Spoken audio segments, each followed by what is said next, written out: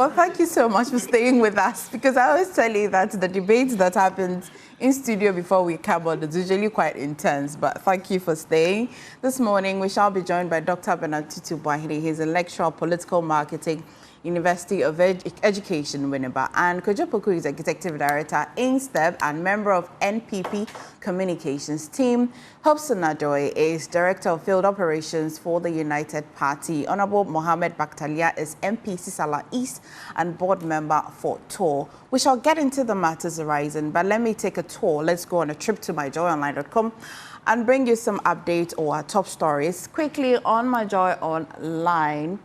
Top story and biggest story would be, we're really very sorry. Muntaka apologizes as flood disaster claims 9 lives. You may have seen or heard that we've lost some lives. In fact, the institutions are suggesting that there could be more lives that we have lost, but the record number is 9 so far. If you get on myjoyonline.com, you would find more. Now, Accra flood death toll rises tonight as rescue teams intensify operation. That's details of our top story.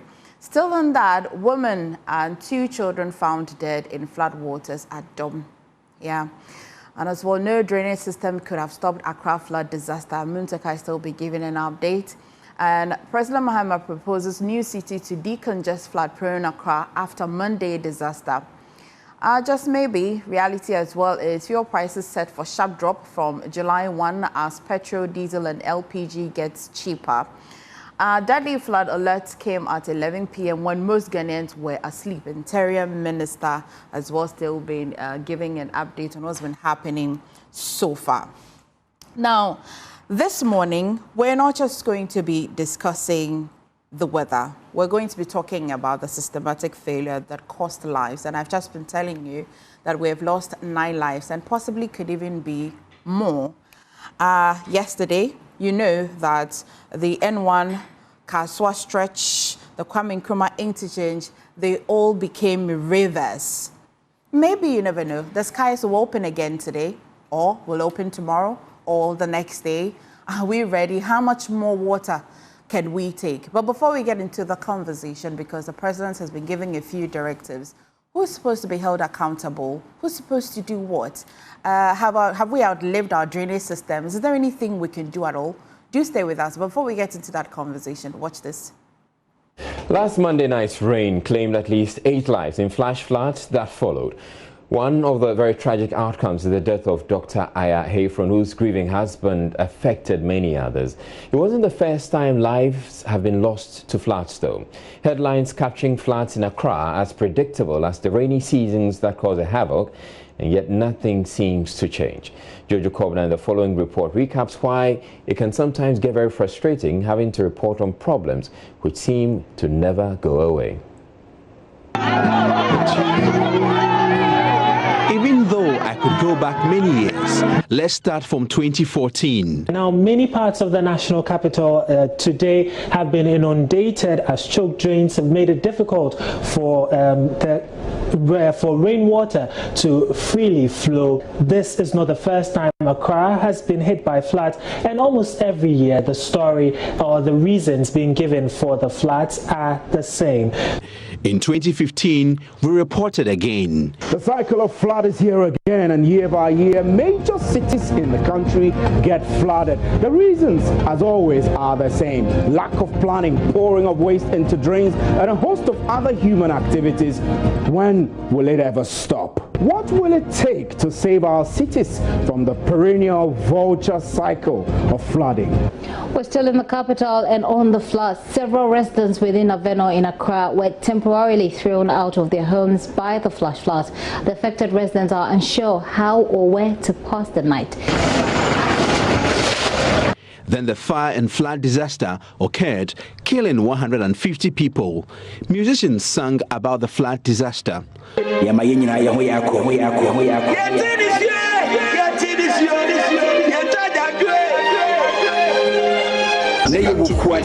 June, if you know need to know, Nayama Woda, Mantia Sempa, Ishuke Sebi Toye, Mejake Sebi Derry, a Jasha Adishia, Messu Bibi Koye, hey, Otomakuma Nebani saying, politicians promised never again. Drastic steps are necessary here if we are to permanently address this perennial problem. We'll intensify our efforts to expand and modernize our drainage system. But in 2016, we're back to the same script. Hydrological engineer at the National Disaster Management Organization, NADMO, Wise Ametefe, has blamed yesterday's flooding on blockages in channels leading to the Odo drain. In 2017, an elaborate plan was announced to once again end perennial flooding. The government will, in the coming days, announce a comprehensive plan to deal permanently with the perennial flooding in the capital, Accra. The city's mayor, Mohamed Ni Ejeiso, says the new comprehensive plan will focus on redesigning the drainage system. Clearly, we are back to the same pointers again. Journalists have reported, musicians have sung about it, politicians have promised, yet nothing has changed. And I'm not looking forward to coming to sit here next year and talk about how many people are dying because of flood. We certainly need the authorities to do something about it. Yeah, so surely you know where I'm getting with this, and you know where we're all getting with this.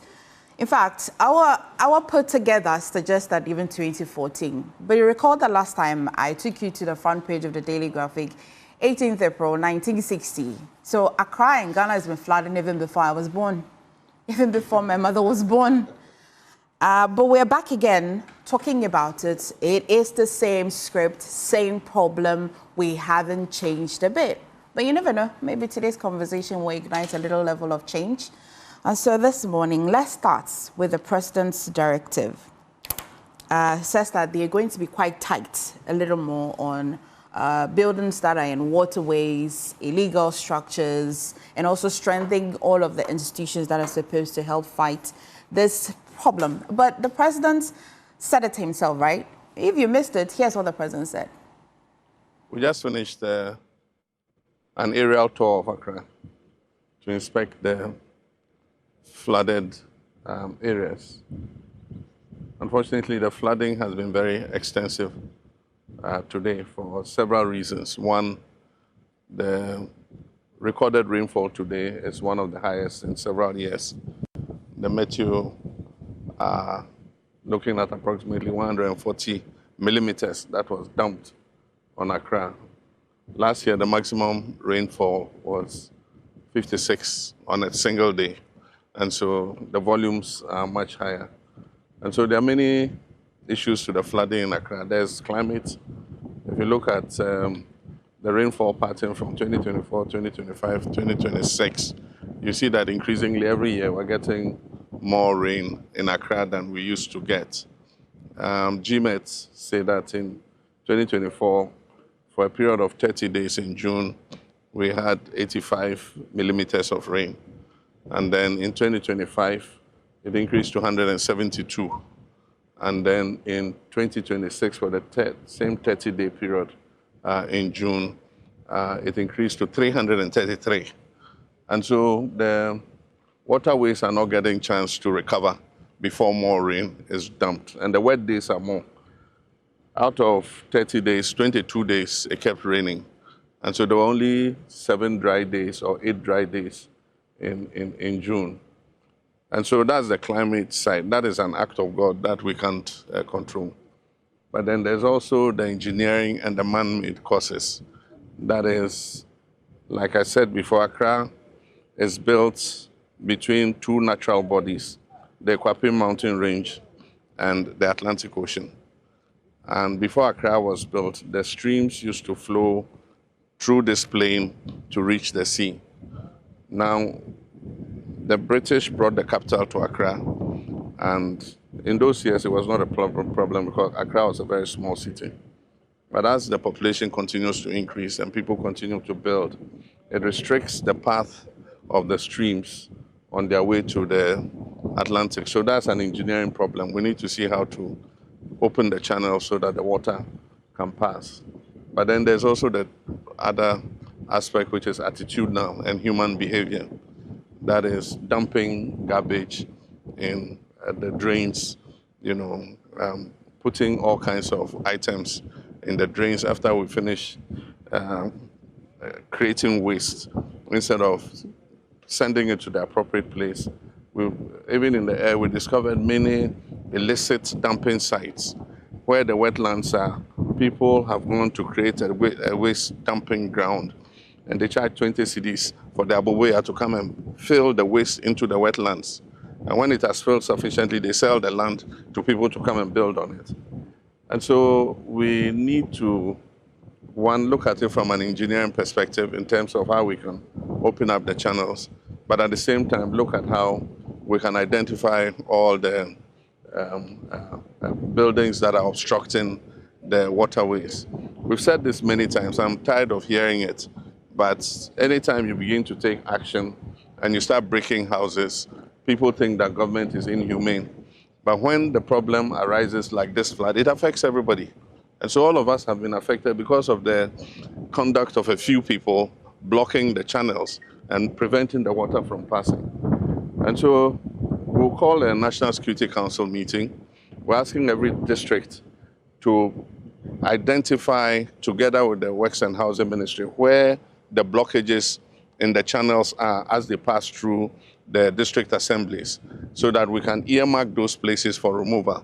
We'll not only break the houses, we have to move the rubble out of the way, because there's no use breaking a house and leaving the rubble in the waterway. It's just the same as leaving the house. And so it's going to be quite a major issue in order to resolve the problem of Accra. But ultimately, the other solution will be to decongest Accra. And that's why we're planning that we move some of the city out, that is the major government departments, and then also create a new center of growth so that our people will start building outside Accra in a new city, instead of everybody looking for some space in Accra to build. So, but that's a long-term solution. Like I said, it's a 20-year project. They are still working on the designs. Once they do that, we'll demarcate, people can start buying plots. If they like, they can start building houses. We'll do the roads, bring the water and electricity, so that it eases the pressure on Accra as a city. But I just want to express my sympathy with people who have lost property. Loss of property has been very extensive, and I want to thank the military, NADMO, the police, and the Hydro, Works and Housing Ministry, and all the emergency response team, 48th Engineers Regiment, for the rescue that they did. I've seen many of the videos where people had to be carried out of their houses. They deployed their boats, and they helped to save quite a lot of lives. NADMO will do what it can to try and identify the victims and see how we can just support them in a way in the next few days. I've asked the Minister of Finance to release some money from the contingency fund so that we can do some post-flood relief for persons who have been affected. And so let me again express my sympathy, but let us change our attitude and let us find a permanent solution to this Accra flooding problem. We shouldn't become like the vulture who, anytime it is raining, he says as soon as it stops raining, he will repair his roof. And then as soon as it stops raining, he says, oh, it has stopped raining, so there's no need to repair the roof. This time should be different. Right, so even the president says that he's tired of hearing it. Now, he mentions that I think he tries to put the challenge into various themes. He mentioned climate change, focusing and says that this is quite extraordinary. From 56 millimeters of water to 140 is a lot. So we'll keep that in mind. He also thinks that it's human behavior, which the NPP vehemently disagrees that it's definitely not human behavior. He also puts it to another area, says that it's engineering. I definitely will go around the desk or table, ask my guests what they think really is the problem, which one they agree. But you know that you saw the Works and Housing Minister just right by the president. Right after that aerial view, they put together a statement. It's about 16 paragraphed statements. I am going to the response, government's response for you. So if you have the statement, it is from 8. I'm reading it from the Works and Housing statement. It says that in response to the ongoing emergency, The ministry, through the Ghana Hydrological Authorities, working closely with the National Disaster Management Organization, the Greater Accra Regional Coordinating Council, Metropolitan, Municipal and District Assemblies, Security Services and other stakeholders to implement immediate response measures. Now, these interventions include the deployment of emergency response teams, evacuation supports where necessary, the provision of relief items to displaced persons, ongoing assessment of damaged infrastructure, and intensified drainage clearing activities in critical flood-prone areas. Number 10 says that over the past few weeks, the Greater Accra Regional Coordinating Council is collaborating with MMDAs, has undertaken extensive enforcement operations across the city to address activities that contribute to flooding. These actions have focused on removing illegal structures and obstructions along drainage channels, waterways, wetlands, and other critical natural water retention areas.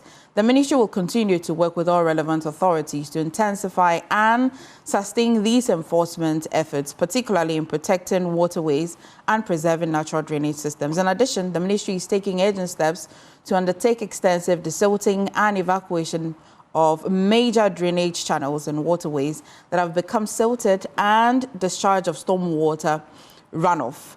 These efforts will be complemented by critical construction works, including the development of new drainage channels. Please highlight that part for me.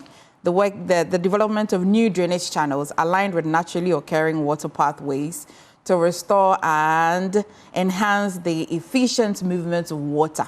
Okay.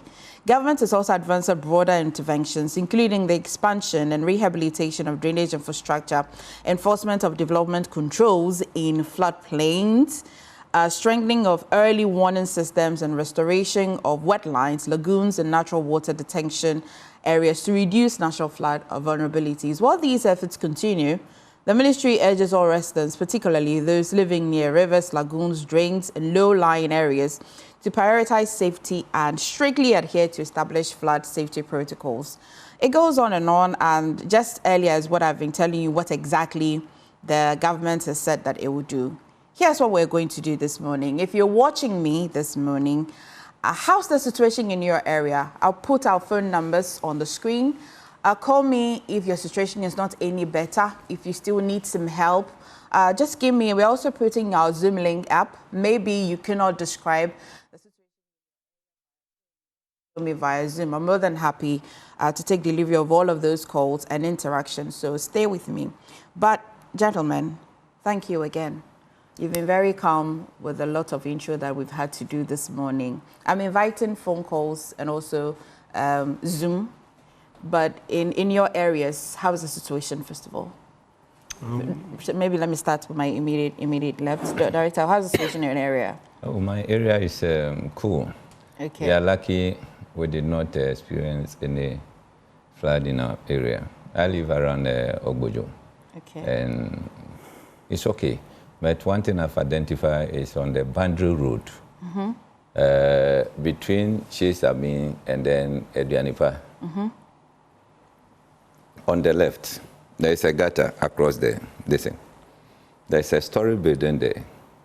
Authorities should get there as early as possible. Either than that, as soon as possible, we may experience some kind of disaster there. Where exactly? Between Chesami? Chesami and Edianipa. On the left, is it before the shell? On the left, before the shell. Okay. Are you getting it? Yeah. They should go there and check where they need to, stop certain things they need to stop. We should not wait till that day. We need to do it.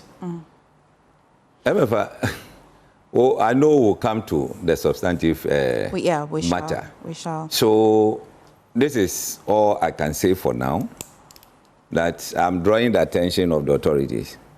That is Ayawaso West Wogon.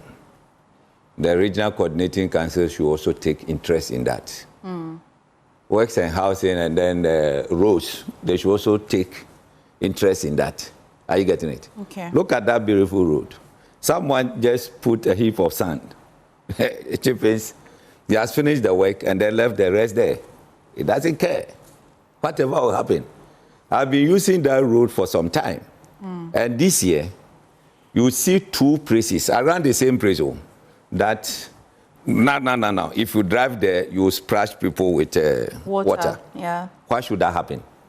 We need to take charge of the This will mean development that of boundary road as well extends to the runabout that can take you from to Bojo and even straight to Medina. Yes. You know that runabout, Yes. the road has become so bad. It collects water like a bowl. That's right. I'm quite familiar with Yes. that route. Okay, so the president puts it in the 3 areas, as I was telling you. Which one do you identify with? I thought you Is it want us to engineering? go I around will. and talk I about the will. area. You want to do it in Yes, I will, yeah. Which one do you identify with? It will set the tone of the conversation for me. Is it that yesterday's rain was just a special kind of rain? And no country, even if they had good drainage systems, could still collect that amount of rain that came? Or you think it's human behavior? Or you think it's engineering? It's all together. All together. All together. Okay. Let me go to Honorable. Honorable, your area first, or if you know somewhere in your area, or somebody or a friend in the area, if you can tell us the situation, and as well, which of the challenges that you're identifying with.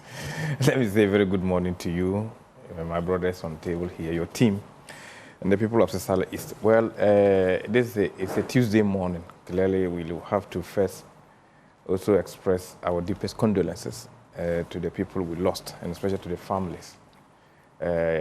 I think Monday has not been a very good day for people living in Accra, and we all saw what happened. I stay around Kwabenya, and even though Accra is described as a low line, and I have a feeling that our place is a bit high, and there has not been that challenge for now. Okay. Yeah, there has not been that challenge. Even driving from around Kwabenya, you can see that it's fairly stable. Okay. No much problem around that place at all. Okay. Yeah. Is it that the people don't throw trash and drainages? Yeah. They don't have enough drainages, or what? What did you identify was No, different? fairly, the layout there seems to be good. Okay. Yeah, and I think that you don't see so much garbage around that place. I think quite good. I don't know of other places, but where I stay, I think that so far it's been good. Okay. People are very responsible and they do a lot of things. Okay. The president says a lot of things. Which Yeah, ones of are course. you agree to all of it? No, it's a mixture of factors. You can only weigh the factors which one contributes more. But like the president is simply telling us that we have about 3 solid issues affecting us. One of them we do not have control, and that is the climate issues. You and me cannot stop the amount of water that will fall from the sky. We cannot. But we can also create a system that will let water that falls on the ground to travel to where its destination is. Okay. And one, your attitude to the engineering systems and the kind of vision we have as a people to be able to guide that. And we all know the issues about enforcement of law has become a big challenge here. We know that it's not just President John Dramani saying. These issues about attitude has been highlighted long, even on the international stage by the former president, Nana Akufo-Addo. We've all seen that, because at a point he felt that even putting Ghana's money into an attitude that cannot be corrected is sometimes discouraging. We heard all those statements. So I think that, the president just actually clearly identified the solutions, and even telling us, the president told you at a point, sometimes he's tired hearing about this, because anytime we try taking actions, the Ghanaian sets in. Please stay with me. Let's stay on that, Ghanaian. Could I come to you? But I have a caller from Laboni. Jeffrey, good morning. Tell me, what's your situation this morning?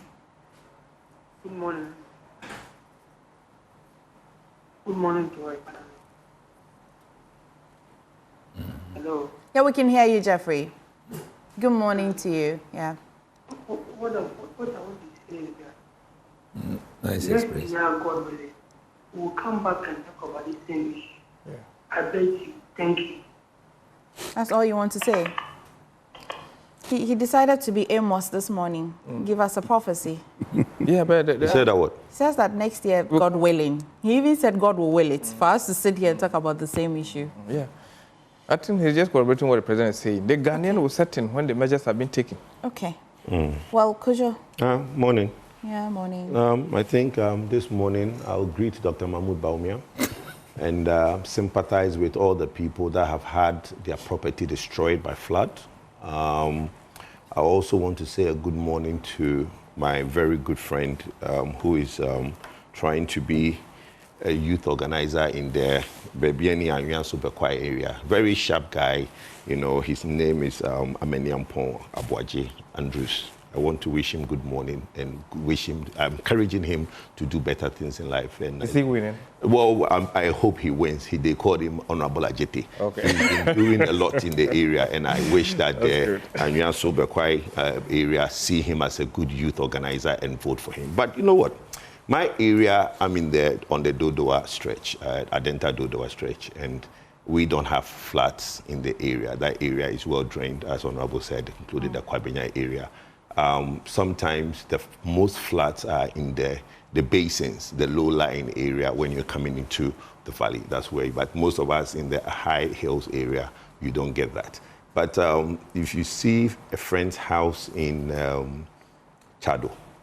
In Airport Hills? My friend's house in Chado, that he sent a video to me. He was upstairs, and I could relate because I have once lived in Kaneshi, North Kaneshi, Blue Kiosk area, where the CMC flats are, where that area used to flood in the early 2000s, around 99, 2000, that area was a flood-prone area. And now, because of the numerous drainage that's been built for the water to now go through the industrial area, that area has, the floods have subsided in that area. But I can relate. You go out and around 5 o'clock, you are called that don't come home, try and find somewhere to be till about 4 a.m. Right? And from 5, when you finish work, you can't go home until about 3, 4 a.m. when the floods would have gone Could you please just hold on for me? Let's go on phone and go to Sukura and speak to Peter. Hello, Peter. Good morning. What's your situation in your area? Yeah, good morning. My name is the situation is yes. Oh, no. Peter, maybe you want to reposition and then try again so that I can hear you clearly. Hello, is it better? Yes, this is better, Peter. What's your situation? Yeah, I think yesterday I didn't call you. I when you were having that. And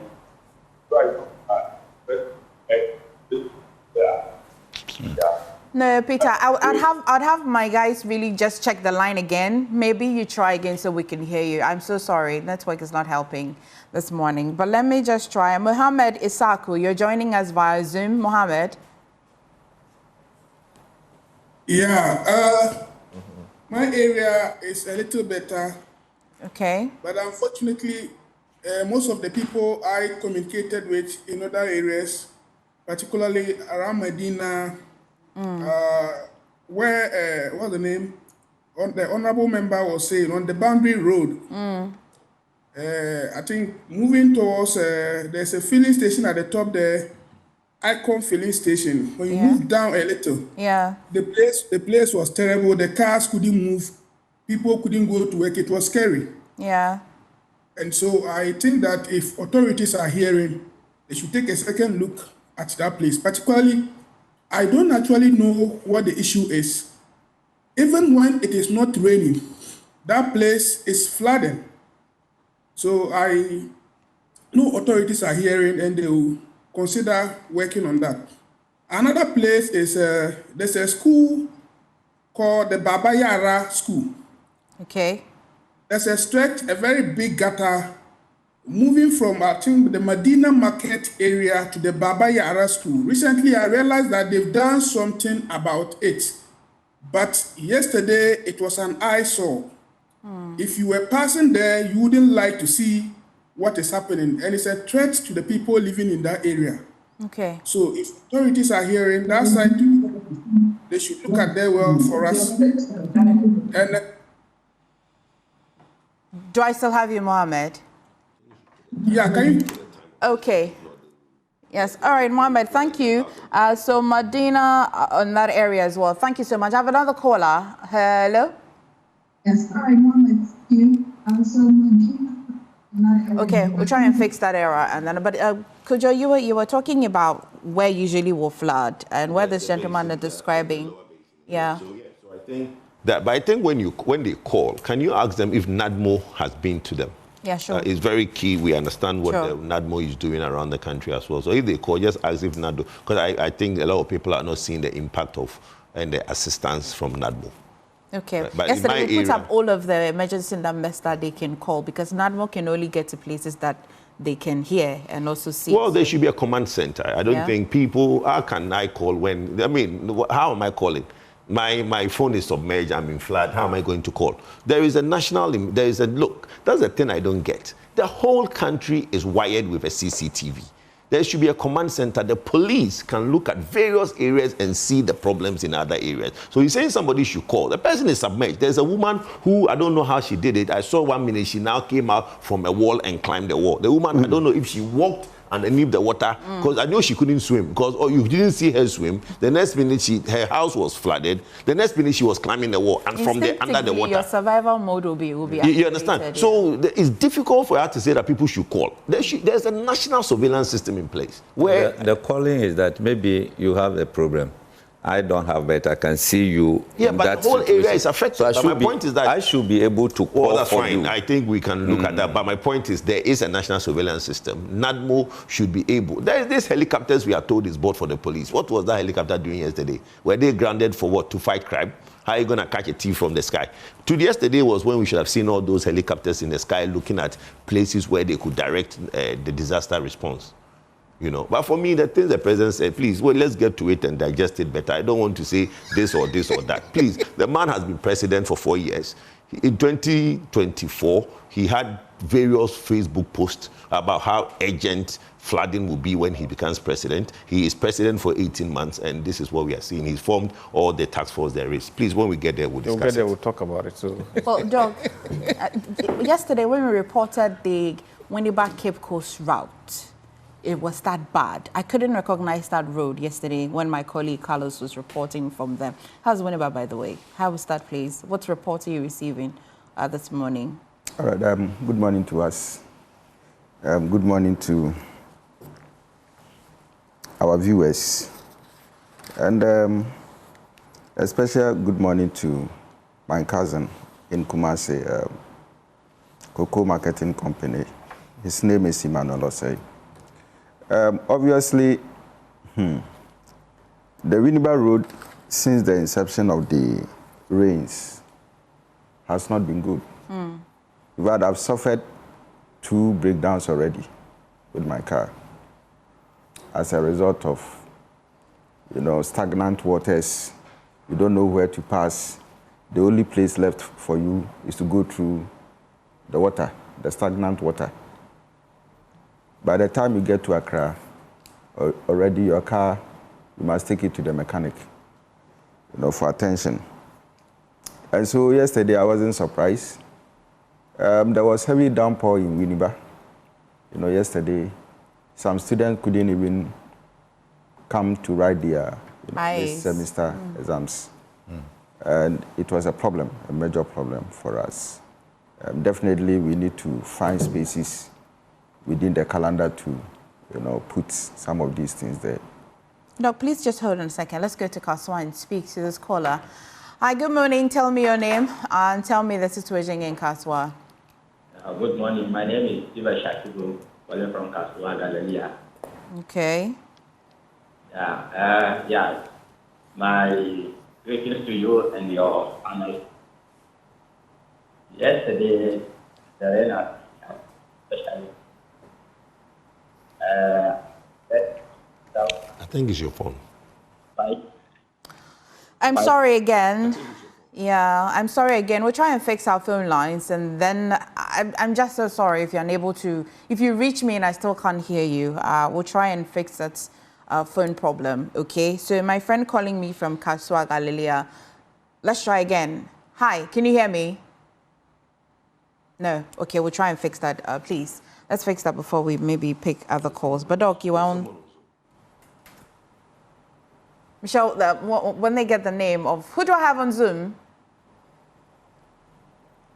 Okay, we're trying, but Doc, let's proceed. So yesterday, I wasn't surprised. I was in Accra on Saturday for some funeral engagements, and I needed to stay all over for, media works. And so I couldn't go through the houses of yesterday. I actually escaped it. But yesterday, from my house to TV3, Media General, it was bad. Very bad. I had already set off else I would have come back home. Did you see it in front of the Jubilee House? Yes. It was Did you see that? bad.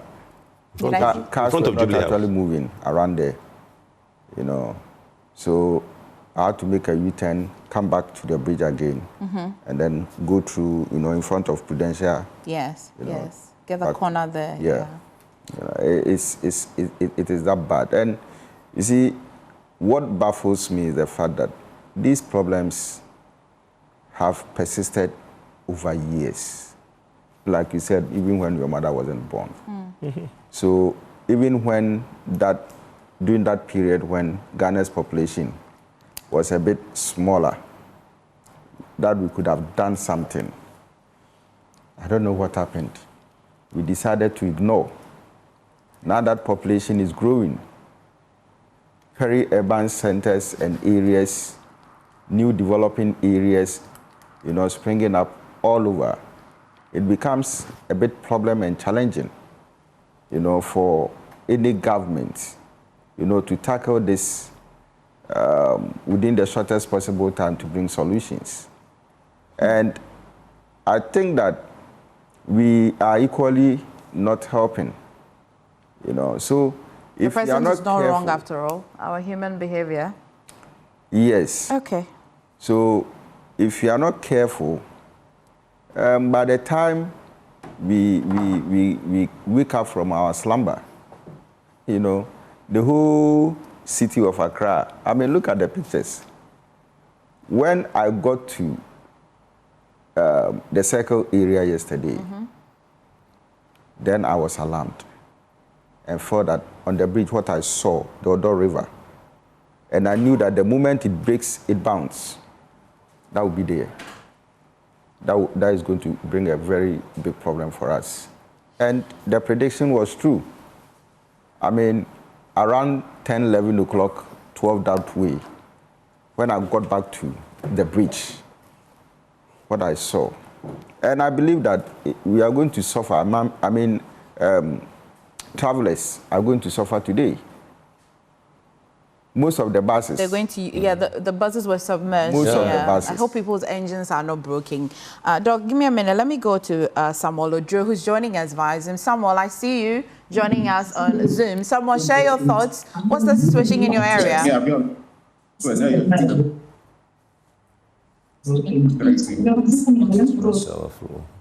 Okay. Right, let's get back into the studio. Okay, so, Director, let's get into the conversation now. Yeah. So, if you follow the Ghana Meteorological Agency, their projections and all of that, I like to think that heavy rains have become our new normal. That's right.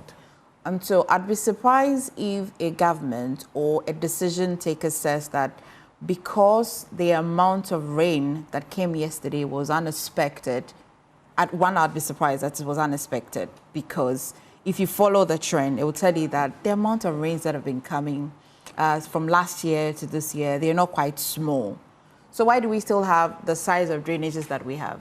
There are drainages that exist like before I was born, like I like to call it the 1970 kind of drainages. We know the truth. Why are we still? Why are we pretending we don't know the truth? All right, I think I just try to put down some few points to deal with. But before then, you know, not long ago, we saw Dubai. Director, so that I don't interrupt you, I'm just going to give the phone call a last try again. I don't want to interrupt you when you're speaking. So, Kwame, you're calling me from Wager. Try, hopefully this network works. Can you hear me? What's the situation in Wager? Good morning. Morning. Good morning to your panel. Morning. You see, the way things are going, we are sitting on a time bomb. By the year 2040, when things go like this, there will be no place called Accra anymore. Okay.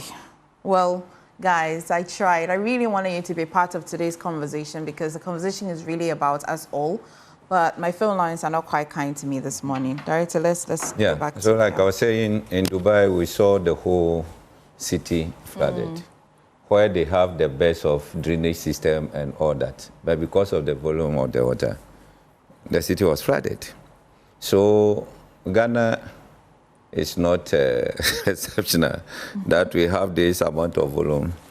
The volume of water, and then we can escape. But you see, what President said, I think putting all together, I agree with him. The 5 points that I've put down, the main causes, which is well known, and President has already mentioned some. The poor drainage infrastructure that cannot cope with the intense rainfall. 2, our choke drains and gutters fill with plastic waste.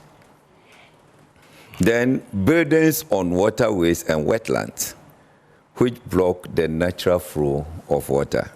4th, rapid urbanization without matching drainage expansion. Then the 5th one is the climate change, which is increasing the frequency of heavy rainfall that we witness this time. One by one, the poor drainage infrastructure. You see, that's where maybe the engineering issue will come in. Are you getting it? If you've noticed, Ghana here, our engineers, as if what they were taught in school, they cannot use their own mind to modify some of the things. Every road construction, you see the same gutter. Are you getting it? No matter how big the road No matter how you see the same thing open. No modification. Once they say, oh, the road should be like this, you see it the same thing. Why? You go to other areas, they can maneuver their way through, change the whole architecture system and make sure everything is well. Why is it that Ghana, we cannot do that? We need to, Doctor,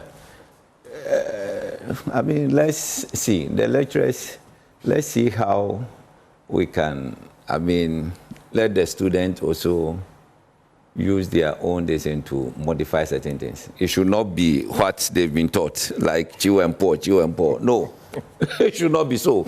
I am saying this, and it's a fact. I agree. It's a fact. When we come to the choke gutters, however, that's where the woman behavior comes in. Last, I was saying that United Party, previously movement, the only party that had behavioral and mindset change in their manifesto. Apart from that, none of the parties. You see, we cannot build a country where citizens will not be taught how to behave. The patriotism, the spirit of patriotism that has vanished, we need to bring it back. We meet, we don't see even people respecting our national anthem. This World Captain, anytime Ghana plays, the moment they start the national anthem, I stand. And my kids will be laughing. I say, hey, all of you, stand. Are you getting it? One day I was wearing boy sasho. to pay homage to them. Yeah. You see, so we need to look at all these things. How are we going to do it? The technocrats, the ministers who are sitting down with, if you are in charge of Ministry of Information, where you have the Information Services Department, and they are not moving to educate people, you have cause to worry. Yeah. When you have NCC, is it NCC? Yeah. They are there without educating the public. Why? We sit down when the issue happens, like it is happening now. We are busy discussing it. The moment it starts, the sun sets in and there is no rain, we forget about all these things. We need to make sure we do this. The third one, building on waterways. Remember, this one, the government together of all Ghanaians, let's come together and deal with this ruthlessly. Other than that, look, we will all suffer. Few people build on waterways. Like we are saying, those of you at the hilly areas, some time to come, it will come there. When we continue blocking the waterways, it will come there. So let's make sure we deal with this issue. This is the time we need, a drone shoot of the whole Accra city and see where the waterways are. Then we start educating the people. To be honest, do you think we need a drone shot? Do you not think we know where these... Oh, we know, but still, there are new channels coming up. There are new channels coming up. We need to look at all these things. Water don't find new channels. Water always uses the old channel. Really? Yes. I thought water finds its way. Water don't find new channel. Water always uses the old channels. You see? So when there are rivers and streams in Accra, which we have now turned into gutters. You see, they are not gutters. They are streams and rivers. So when it rains, from time immemorial, like the president said, water goes from that end to this end. And water knows where it goes. You can't tell water where to go. That's why it forces its way into the same area. Why don't you think that when you build on these waterways, the water will use somewhere else? Well, it doesn't. Water always finds, because it's a natural flow. Natural flow of river. So when you block it, it would force. It doesn't have any. It will force its way. It doesn't. You can't divert it. You try. Look, there's an issue in Kumasi. There's a place TUC Junction, where there is a big river that comes down from the Patasi roundabout area down to that TUC Junction going down, right? People try to now do some. Yes, you can't divert it. I see. Okay.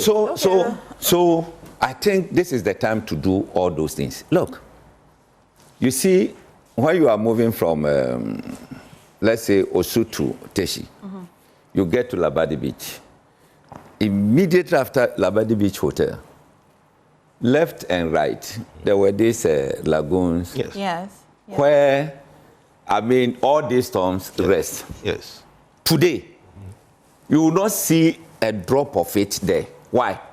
The whole place is filled, a new development, and then that is why Chado is flooded. Yes. Because there are two rivers. There are two rivers that comes down. If you look on the map, there are two rivers that comes down from the inner Accra, merges at one around La, and now comes into that lagoon. That's right. The Ogbeshi Lagoon. The Ogbeshi Lagoon is now like a small gutter. I see. They've created a place called, is it Mapoma or whatever? Well, there are various now. They've built a hotel. Even recently, somebody has opened a new restaurant in that area. So, places like Chado, it surprises me because a few people that I know live in Chado are very educated, they are enlightened, they are exposed. They couldn't tell that. No. When they were... Because the rivers will burst their banks. You see, the problem is not when they are low flow. When they're high flow, like the president said, a lot of rain dropped at the same time, and the flow is now high. So when the flow is high, that is what now happens. So the issue is that when the channels doesn't exist anymore, then it turns into something else. So MFA, I think we need to deal with that. You are going to Tema. You see our Westland there. Ramsar site. Ramsar site. Yeah. It's almost gone. Everywhere. So what are we going to do? Should we sit down and say, oh, when we break it, someone will... No. But alternatively, I think government will also do well and see if they can secure some land for somewhere, Pram going up there, Afro Road, and say, okay, you are on waterway, we are breaking. If you like, we can give you one plot there, so you go there. I think that will also cushion those who will be... Did you see this video yesterday? Yeah, I saw it. This is Ghana. Yeah, this is Ghana. Yeah, this is Ghana. What? Do you know, this... Did you see the STC one? The packed STC. Did you see it? The STC bus. Yeah. Well, that was STC. Yes, I thought STC bus. And the commentary behind this video is that there was a young boy that's on one of those things. Look at him. That's him. That's him. Hey, it's serious. It's your name. It's serious. MFA, you see all this. So the building was moving. There's a broken structure. Yeah. He was on top. So they you see all these people Yeah. inside the water there. Yeah. Yeah. Tomorrow, let's say NADMO says, oh, we are going to demolish. You will see this country. The shout and the insult, you will see it. But when it's happening like this, you call on government, we need your help, we need your help. Let us all come together. Yes, we all need the You're solving the problem bottom, up, down, when it should be bottom up. There's housing deficits. That's right. People must No. People must live, you know. You must live. They were repelled. You put up your house here, look at the amount of money that people have sunk in their various and this happens to you. And you think it's okay. So it should be there. Every year you go through this. No, it should not be so. Are you getting it? Okay. So we need to deal with this issue as early as possible. This is the time. We don't need to wait. Where we can see that, no, this is a waterway, we need to demolish it. Okay. We don't also demolish and leave the debris there. Yeah. That one will even cause more trouble. So we are appealing to them. The regional minister, I know, she has started doing certain things right. Let us try and do it. Aveno here, when the building collapsed, within 24 hours, everything was cleared. And the hope is you will not even see that there was an accident there. Are you getting it? So if they are doing demolition, they should be able to also do that. Make sure they clear the way so that when it rains, the way forward, when I come the next edition, I'll Honorable, so one major problem, I can hear, there seems to be a common theme. Everybody says that there's a problem. We're building in waterways. The MMDAs, I mean, these municipal assemblies, the district assemblies, they are the ones that sign permits for us to build. So is it that they're signing permits and don't know where people are building, or they're signing permits and people are going around the permits that are signed to build at areas that they were not permitted to? Well, it's an obvious problem, does it not? MFS, an obvious problem with the architects being us as humans. It's the individual and how you sort to. Even in this misfortune, people still think that it's a way to cash out. That's the reality about life. And I am happy you started with your opening vignette. You indicated that this there was a time you showed the newspaper, that was about 1963, where President Nkrumah then brought up a 7-year plan in terms of restructuring or development in terms of drains and all that. That period, that's a 7-year plan to even be able to make sure that our system is well structured, like we had in Tema. Today, 63 years down the line, we are still battling with that. Today, we are raising the topic and we are talking because so far there is a report of 9 people dying. And I'm sure somewhere last week or last 2 weeks, we heard about the Cape Coast flooding, right? Yeah. That took about 18 lives.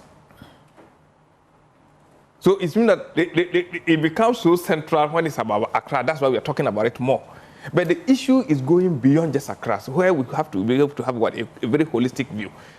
Clearly, like you spoke about a district and municipal assemblies.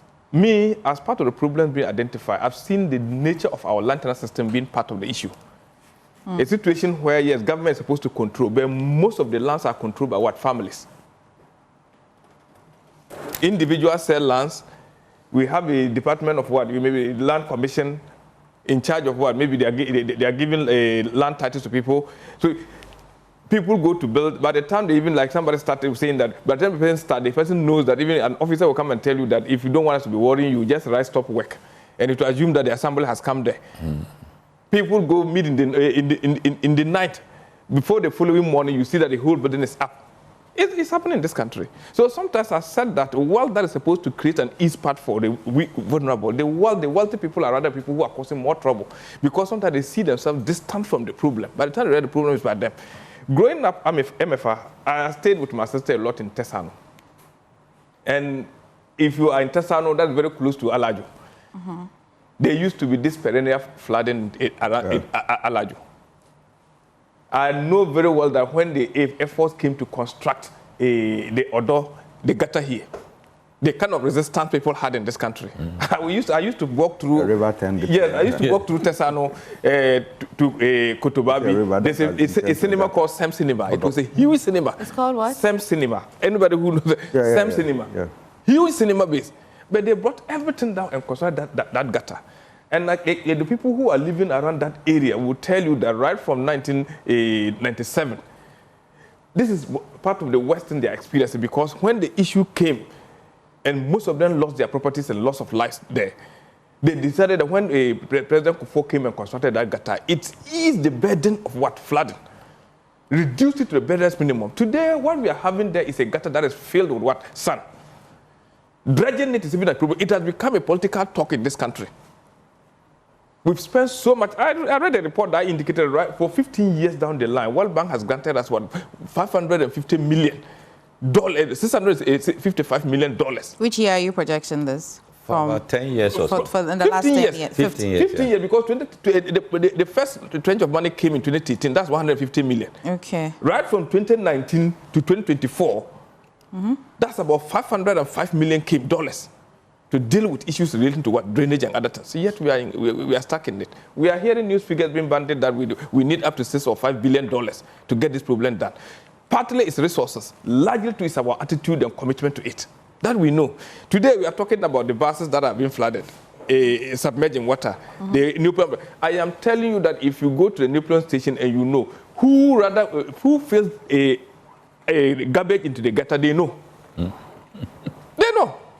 So once we don't see it as a collective problem, when it comes, we all suffer it. And that's what the president is reiterating. Today, let's just say that they are going to. We saw Oko van der Poel when he decided to remove almost everybody around the railways. What didn't happen in this country? What didn't happen in this country?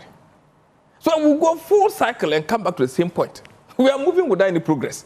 That has always been the issue. So I think that once we all agree as a people, yes, I know today it has come. Somebody will issue a statement making that it's weak distance. Fine.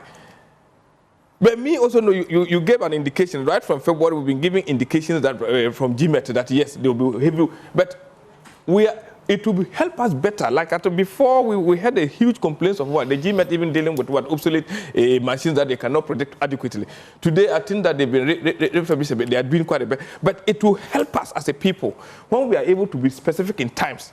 For instance, if you give a monthly alert that in the month of June, it means that the whole month we should be awake. But if we can also zero that to specific time, saying that today we are expecting this amount of water, people should be able to be alert. We remember there was a time in this country where we heard that there was going to be earthquake. Is that not it? Yeah. They gave directions to people where you should go.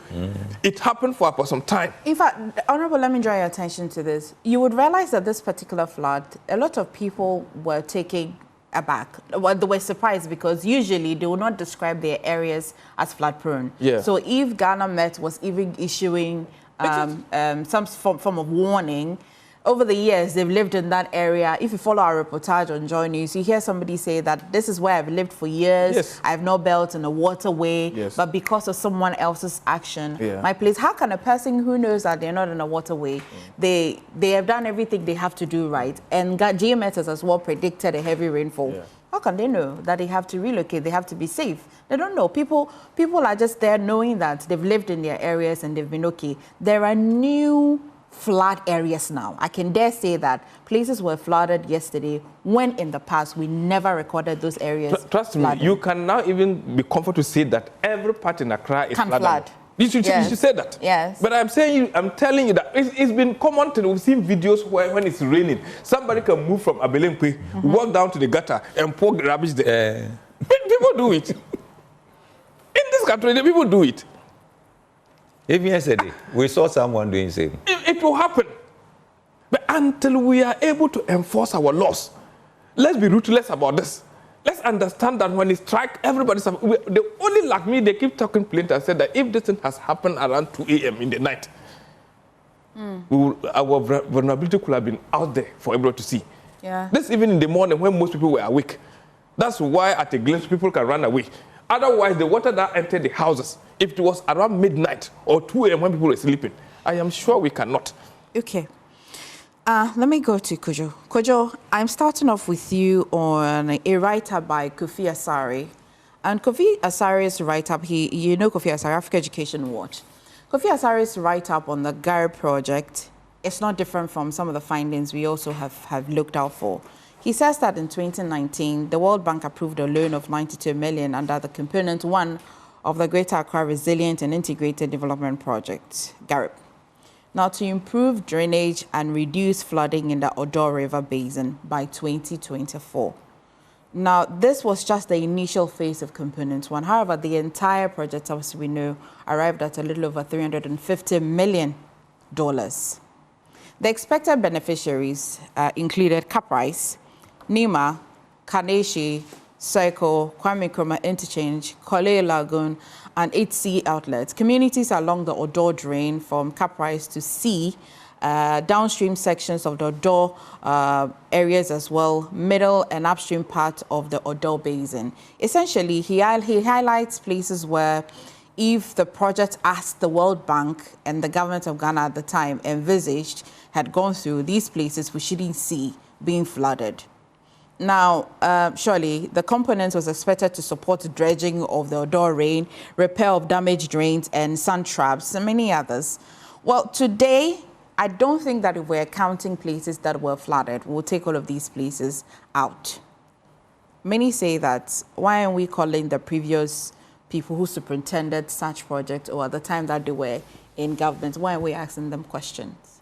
Well, please hold your thought on that question. I want to start my submission well, then I would veer into the question you asked. See, I think we should look at our current president and the NDC government. In March 2024, sorry, May 30th, 2024, our president wrote on his Facebook wall, the 2024 flag bearer of the National Democratic Congress, John Dramani Mahama, has assured Ghanaians that a new NDC government under his leadership will find an engineering solution to the persistent flooding in the country.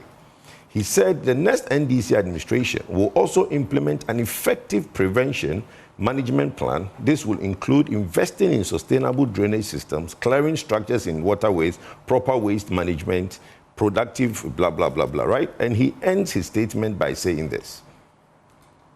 He said that the NDC flag bearer said protecting lives and properties of Ghanaians should be a top priority of government. That was in May 2024. He comes into government. You know, last year, we spoke about floods on this platform, right? There was floods last year. But then in March, he now inaugurated the anti-flooding task force, right? Led by the Deputy Chief of Staff, Stan Dogbe, has all the various honorables in there. You see, there are certain things in this country that if you do not do it well, you do not need a certain lifespan for your marks or your project to be marked, whether the project is marked well or not marked well. Now, let me now go into Garrick. And I will tie the end of what happened with Garrick with the end of what I was just saying. Garrick was launched in 2019. The project effectively was not started until 2021 because of COVID. Because it was effective just around 2020, early part of 2020, when COVID had come in. Mm-hmm. So the beginning of Garrick was quite problematic.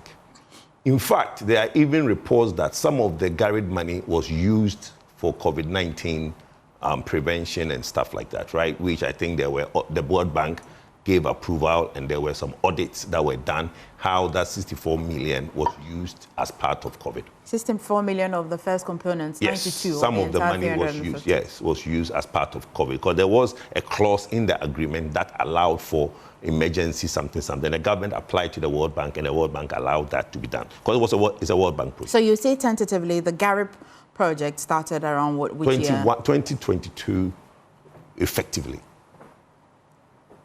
Now, there are a component of it that is to do with education, and there's a component of it that's to do with infrastructure. As my brother Hobson said, even in the GTP manifesto, they have a component to do with trying to educate the Ghanaian, because attitudinal change is a key component of whatever infrastructure you want to put in place. So the first phase of Garrick did massively with community engagement and a lot of things in that area. Who spearheaded that? Garrick itself, or the Garrick itself? It's an agency that has been set up. So Garrett is still an agency. It's still there, right? Yeah. So they did in terms of the community engagement and all the things that came up with that. Then they started the infrastructure phase of the work. But in the infrastructure phase, I think they realized that the money that has been earmarked was not adequate. So they went and got an IDA funding for an extra set of money to be added to it. That was in 2024. And in 2024, I think at the time, the minority walked out because they said that they needed some investigation done in the previous money and all that. But then, 2024, IDA money came on top. When the new administration took over with Ken Ajay as minister, I've seen videos of the World Bank director going to Ken and saying, the Honorable Ken Ajay, and saying that they are still committed to the Garrett project. The Garrett is a very good project for Accra, right? The Greater Accra Resilient Irrigation Development Project. What has not been seen is the actual improvement in the engineering side, right? But you see, there are two sides to the conversation. We keep bundling everything into one and talking about waterways. In the flats in Accra now, there is a new development that do not need the Ministry of Roads and Highway and Waterways and all that. It is to do with the roads and highway, existing roads that are now flooded. Why? Because the drainage that were done on the roads are blocked. So you see, Accra was a standstill yesterday for vehicular traffic. Why was that?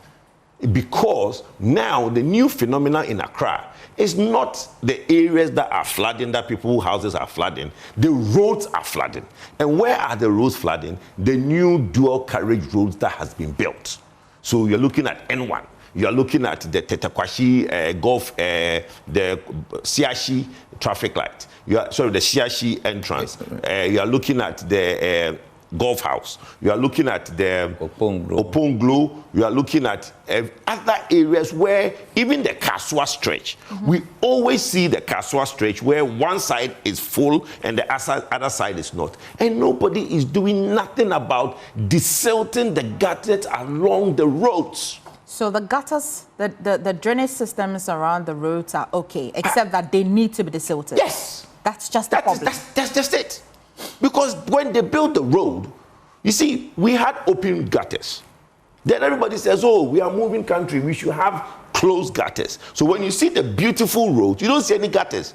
There are gutters. So Kojo, this morning, what should I tell the people of Ghana about the Garrett project? That it was signed on paper in 2019, but it really never started in 2019. No, it did start. It did start. It did start. Or how much it did. Oh, God. I have explained what it is. No, I want to see that's fine. You are taking me out of it. Let's address an important part of it. No, it's very important. It's very important, but I've talked about it. You want to take me back, but let me address this important. The important conversation why I couldn't go to Peace FM yesterday was not because of Garrett. It was because the dual carriage roads that we have built are now flooding, and the drainage that goes out of these dual carriage roads are blocked and nobody desilted it. You know the next problem is bringing? Because the new roads that we have now built are now spoiling. After the water now goes down, you realize that there are now potholes on these new roads and all the roads are spoiling. So that is an important part for everybody to know. Now, we're learning a few things. I'm actually also learning. So given or granted these roads, if the drainage systems are desilted, it will mean that there will be free flow. The roads will not be blocked. And the water can now move on, yes. And it will move to where? It will move. It will go. They are gutters, so they will move to where the drains are supposed to go. The flooding in the waterways, which you see the Odona and all those areas, when the rivers and the streams burst their banks, that's what I was saying earlier, that we have streams and rivers in Accra. Like in Kumasi, we have the Subin. It's a river, right? But from time immemorial, what we have done in Kumasi is that we have actually guided the Subin in a way that it is concretely protected so nobody can encroach on the Subin. In Accra, they didn't do that to their rivers and streams. So people have now encroached onto the banks of these streams and rivers. Now they are now into gutters. So what I'm saying is that the issue where a lot of people couldn't go to work yesterday with all the roads at a standstill is not people building on waterways. That is a different problem. No, it's a different problem. Golf House, no, my brother. Golf House, N1, Fiesta Royale, flooding has got nothing to do with people doing waterways. Because I'm because the river. Okay, have you seen from before? No, it has no. It has never been like that yesterday. Not like yesterday. Well, I mean, not like yesterday. Look, my office is in Jolu. My office is in Jolu. You don't go that area than I do. My office is in Jolu. Yes. I have been in Accra for God knows how many years now. Everybody has been. Please, let me. Let's not belittle. Look, there is a problem. Let's not belittle the problem by saying that, I've always used that area. No, I'm not. I'm saying that there are two sets of problems. No, hold on. Not Shashi. Fiesta Royale. Yesterday, the traffic on the N1 has never been like that. Secondly, the bypass from airport to Spintex. You see that road yesterday? Where's the waterway there? The right wing of the airport. Where's the where's the waterway there? Where is the waterway there? Let's stop this. Wait. Let's address a problem. Yeah. There is two prone problems. There are people that have built in waterways that is creating problems in flooded communities, like the Chado, the Odo areas and all that, Malam. That is a different problem. The new problem in Accra today is double roads that have been built, that when it rains, one side of the road is flooded and cars cannot move. That has got nothing to do with people building in waterways. Double old roads or double new roads? Double new and old roads. All of them have covered. Look, I'll give you an example. Yeah. In the East Legon Hills, right, where they're going to the Nakrum, that new road that has been built. That road, when it rains, one side is flooded, the other one is exactly because it's engineering problem. Thank you, because that's the problem. My brother, isn't the silting I'm talking about? The silting, the gutters, because when they build the road, the road has exits. If you look at all the roads, it has exits where the water is supposed to pass. It's all blocked. That has got nothing to do with people building in waterways. Okay, so let's address that problem. Hang on. When we address that problem, it's not an engineering problem. It's just the silting. Yes, it's because the gutters are engineering problem. You say that maybe, like you said earlier in your submission, the gutters are smaller and we have now gone bigger. That's another conversation. But my point is that when the gutters, when those entrances are cleared, the water will move. The engineering problem is that why is it that 20 trains, one side of the road will be flooded and the other because that side, the exit for the water is blocked. Look, you see, the reason why I was saying engineering problem, you know, I've been to America. I've had the opportunity to drive in America. When you are driving in America, there are roads. You've been there, you know. Even in the sharp curve, they were able to build the road that when on top of speed and then sharp curve, you will not somersault. I agree. Because when they get there, they raise the road in the way that thing, it will not give you that balance. In Ghana, I'm talking about engineering. There are drainage on both sides. Okay. This side drainage is working. That side drainage is not. Let me land on this. You can come in. Let me land on this matter. It's very important because we are compounding two issues and we are putting them all together. What happened yesterday in terms of vehicular traffic? Floods on our roads is unusual. Everybody can attest to it. We have seen it in Kaswa. Now, listen. You know when you have those small entrances, there's a video on TikTok. In the UK, a road was flooded, right? The whole road was flooded. Then the engineer, the regional engineer from the assembly, whatever came, put some two metal thing. They have a drainage thing. He put the metal thing off it, took the drainage thing. It was clogged. The minute he cleaned the clog, put it back, all the water in less than 1 minute, gushed down.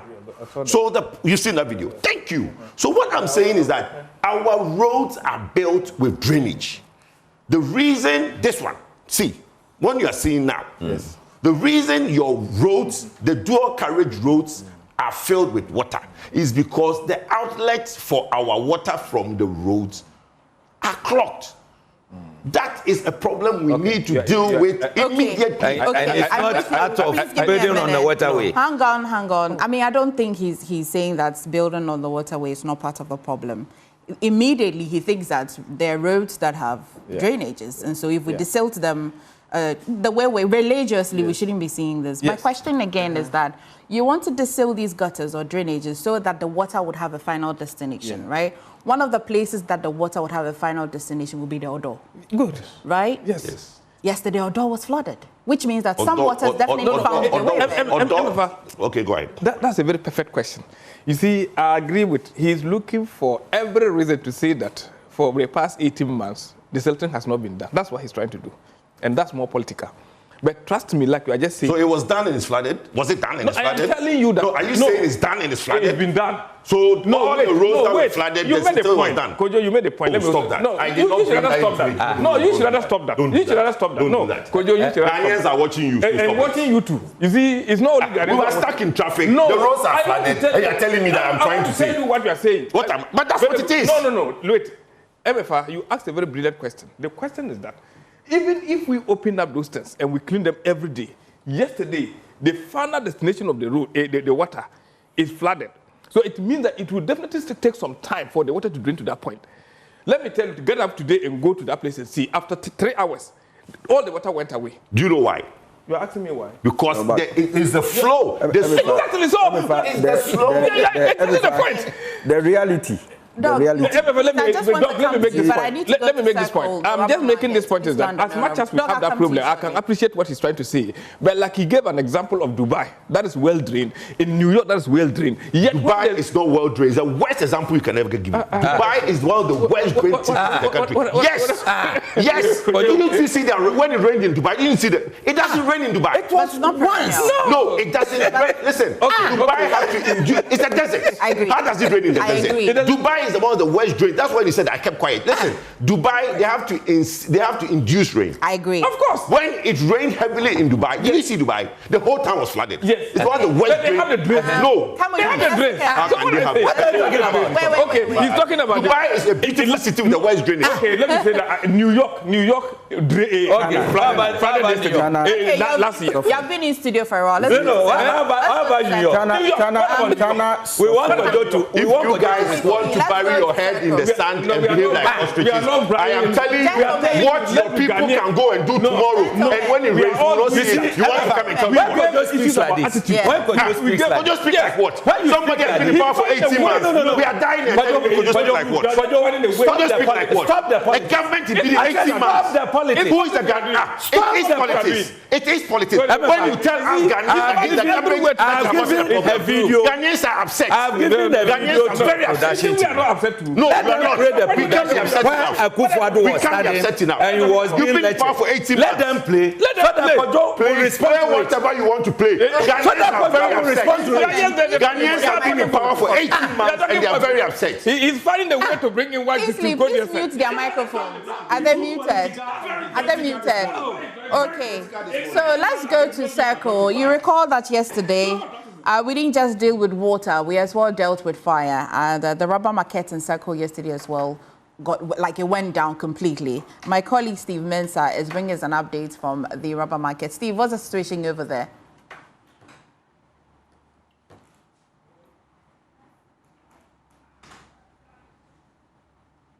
That the incident has been brought down, the fire incident has been brought down, but then many of these traders are now counting their losses.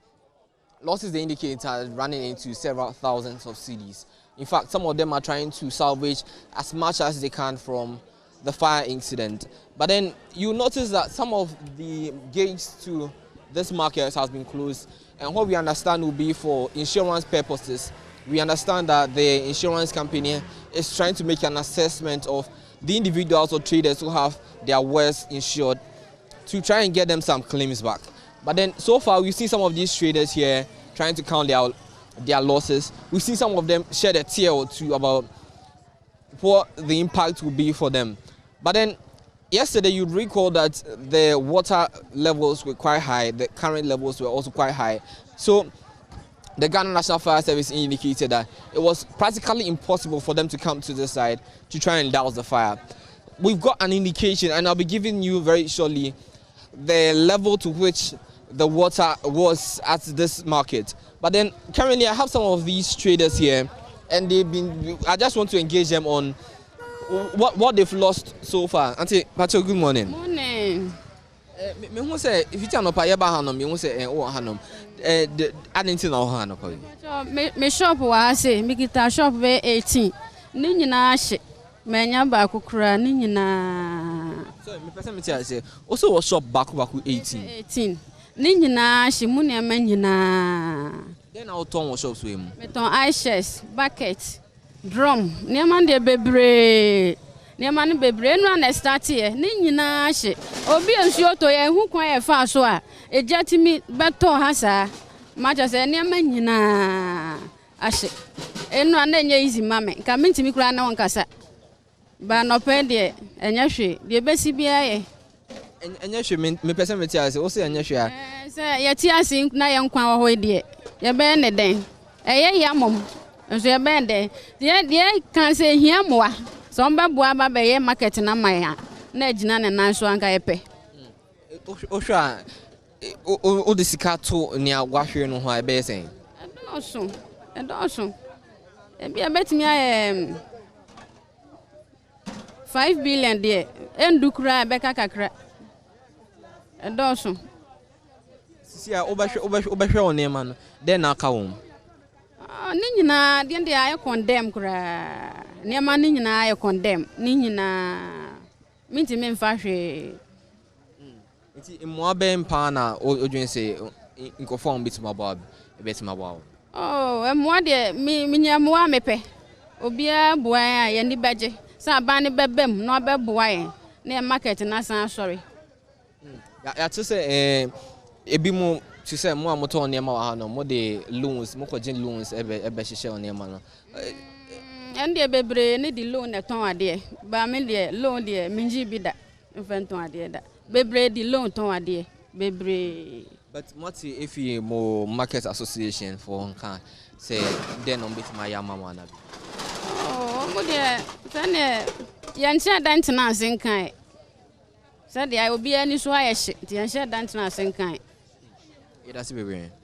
So that was one of the affected persons, and she's been telling us about what she's lost so far. She says it's running into several thousands of cedis, as we indicated earlier. And then she's been telling us about what she sells and what she'll be losing. I've got some of these persons here also, these affected persons here also, and I want to understand what she would have lost. Auntie, Patrick, good morning. Morning, at the time. Hey, yo, now, so to say. Yamini me boafo. Me say unsa yefi. Many amani ebini. Afa say yes saba bontin. Many amani ni. We be na meton service na pioneer there. Try baby na say. Ningi na say 7 shops. Me wa makoma 7 shops. Man fa bibia wo mu. Nyame nya ni. Ebi we endu quarter cry. Baby no inside. Amen. It's Osha. What is cattle ho ebe saying? Getting to and make a creating getting to 100 million. 100 million by 100,000 to these. And I said there be 100,000. Yeah, 100,000. Almost 1 billion. And all currency almost 1 million. Misika crash. Na misika wo. Misika na misika wo. Misika no. Ashe. Misika wo. Then I'll say Emma. Oh. Say abanu wa mwebi yesra ne so obefi obeboa yen. Obeboa yen na yetumi asha asibio. Because it's not easy. Yeah, well, my even more university I show them. Yeah, well, Mpukrofo depend on us. And we need help. What help do you really need? Will you need money from government or some benevolence? Money from government to start the work. What are they? So because you can't do anything with it. But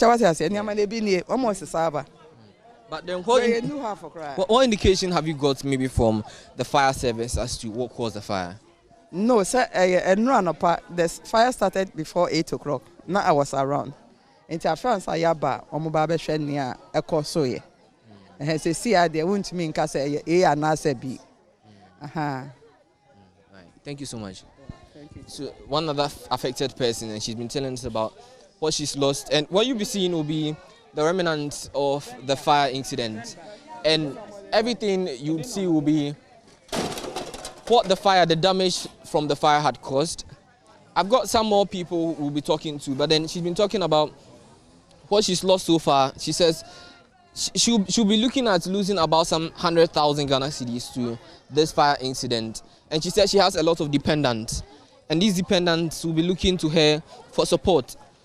From what she does or where she plies her trade, she will be needing support if she's going to come back into this business. But then we spoke to the Ghana National Fire Service yesterday, and they told us about the market and how difficult it was getting into this market, given the nature of the rains and the flood and how high the water was. One other thing they told us was that it would be difficult given the circumstances. This is a rubber market, and you'd understand how combustible these items are. These items will be easily susceptible to inflammable to fire. But then, as I told you earlier, I want to show you what I spoke to you about, the level at which the water got to. This is the level the water got to. This is how high the water was.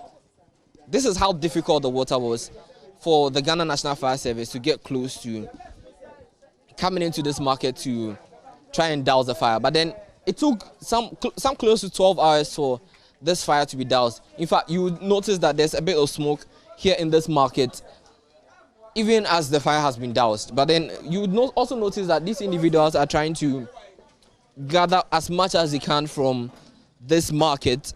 One other thing also, you notice some of these scrap dealers also trying to get as much of the scraps they can from the market.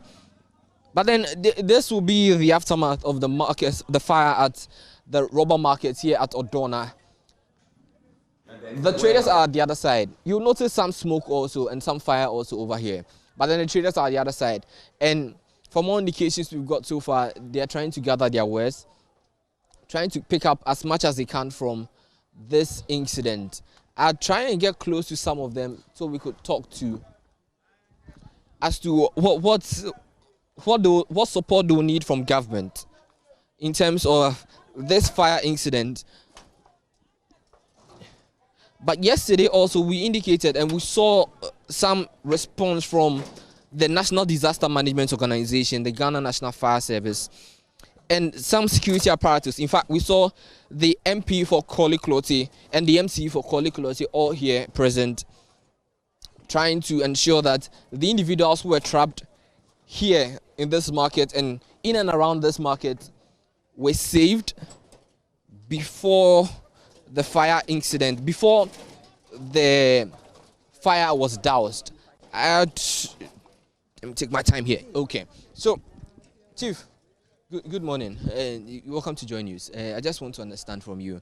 I see you are all dirty. Any braba on? Any braba catching you. Then what here are I never the water. I should name my pa. And your idea I should be pa. So why should I have me see ya? Maybe shopping and I'm just 1, 2, 3. Then I'll turn. Oh, share a bucket and a mob near the addy. Bucket I can see any drum. And the addy near Tonga has I would see a coffee to near Mawa at the quetchy, coffee far away, and a bahasi befania Madeco. Cocoton. They say, yeah, that's sorry, and the house were any. But and run Janet Statian, would say Unya and tears Jana Statiana, Omacatros Brahanamana, time out to say Janet Statiano. We made the Povia me Bahantem pa. Tienra, Janet Shassian. Namoa. No marketing. Namoa, any more. If say, hey, Henina, a cover intense in top, intense in the top of penal. So who said I was through until I didn't start free top. and I see Titama so reduces a core down, Ancasancasana, a chassis say near Manancasano. Esum Sebibia Assessor. Mwabena opese government ana obi opese oba opese ma. This year mwadi nipa here bi pa. Ese se nipa bebre eno maduane abom. Ewa. If say bi hwema. Bi hwe bibia ha na bi obi osola no pa woni ba bi akwa ha na oba na wa be hozo ni wanya kakra the end of the day no. Wanya bi akwhwe ne mane na busienti ha esi no. Aka mse sa nipa no. Obi susu wo ha na oye no eno so ha na ono so ye na onya bibi no de aboa ne busuani bi ana se ne bibi ebi hwe bi ma school ebi so hwe bi ba bi nti se ha na yesi no wa hwe ne ma bibire sa nipa no opportunity na ono anya na nipa ne boa no no se sa de ma ni nyina no ba be ye ena se no ye adwuma wo ha na nya bibi koya no no se no adwuma ni o ma ni mu nti se no yesu ye free akoka omo wo no wana ti na ese moade umtimi boa ye bi moade ihia mo wa pa. But when you see sena Jan starting and abi see Jan dey some kase me think the Jan shase and say me dream say the Jan shase party a na me ankasa dey I am surprised if they say they was the study na say Jan say padi man ba ko na di ka be kase ijato market ni mu on the security wa asi ni en wani mo no Tony Dimrika PSA, Ijato market, no Ijato market. At once, na ye be a gate, no more be a gate, and then say, I didn't need it. Shana, Eshino. Even though boys and a strong best to be a say, Ijano, you beat me, a doom Jano, but any pound one day. Yet, a druba be a to say, and ye. Then say, the fire service and umber from Umbaba. Some by and say, on situation now. Omuntimi, and I no more room, I can say. Omo ba be adwuma if you don buy omo gina gate na no onom se ha nyina e flood omo de ayi to so ade ne krom de to so no krom krom antimi amfa ma boys na na giye e no omo save lives omo de save nkrofo ti se enya boys na e de nke nipa krom pa nke be wu kra de fire service for no buy omo ani mo no ma na omo ti navy for no buy omo de ahoma bom mu no omo ne na nam dan so omo ma ye bibia later kra iso ne twen ansa e no omo krom po de omo so omo yo ma dwe se omo betimi aba yatetian mi se ade ne hyesa nsuo ne ba officer ne ka che so no ni duty na no di nsuo aba ha si to ni duty nti omuntu ka ne nko ampa asa aguraguro omuntu ka ne ko e tileta ankasa ansa na omo so mo duty ankasa e ba se omo ba bedum ja no satam na bibia asoso ase yawie nsa ade de achi into hwa fire service anya omojuma ye sana oh betimi aka se fa ba bi no adwuma ne de fa ba bi o ma nya ni yi but nyame adom fa ba bi so omo ba later ne de omo bo omo homoden se de omo abeto ba omo di kan ba face no komo try sen kombe bibia anka de nka nrusi so omo ni duty nti no omo ntimi nya hwe omo de omo ka ba be si wonom ayi nsuo wom nyesi nsuo nim nsuo wom ayi nsuo bugu ta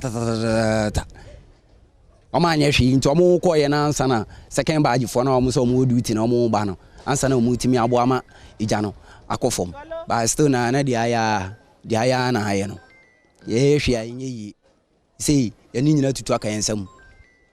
Also, that's the situation at the rubber market very close to Odona and Odo rubber market at Circle. I'll take you to Alajo and also bring you the situation in Alajo. I have a few questions about this Odo market and its matters arising because yesterday around 7:30, NADMO indicated that the situation was so precarious. They mentioned that that area was so lethal and so people shouldn't even go close. But how we have arrived here, we'll definitely get into that. But let's go to Alajo, where my colleague KMJ as well is bringing us an update from Alajo. KMJ, what's the situation? Well, we'll try and connect because we also know that the situation around Alajo was not too good. Yesterday, you saw there were also reports of somebody losing a life over there. And this morning, we don't know whether the water that's receded has brought some calm to the area. But my colleague KMJ has just visited there and will give us an update on what's happening when he is ready. Do I have KMJ? Okay, we'll try and reconnect. But before we went to my colleague at Steve at Circle, we were just getting the thoughts of our guests as well. Back in studio, it's time for Doctor as well. I thought you had landed. Proceed. When I was landed, so you were taxiing all as well? Yeah, you landed very well. Kojo, so you were taxiing all as well? Let me land briefly. You see, the point that I was trying to make... And the airline men are using when my brother Honorable said that, I'm trying to imply that, look, the NDC, the reason everybody... No, you see, brother, let's put it where it belongs. There was a government in place.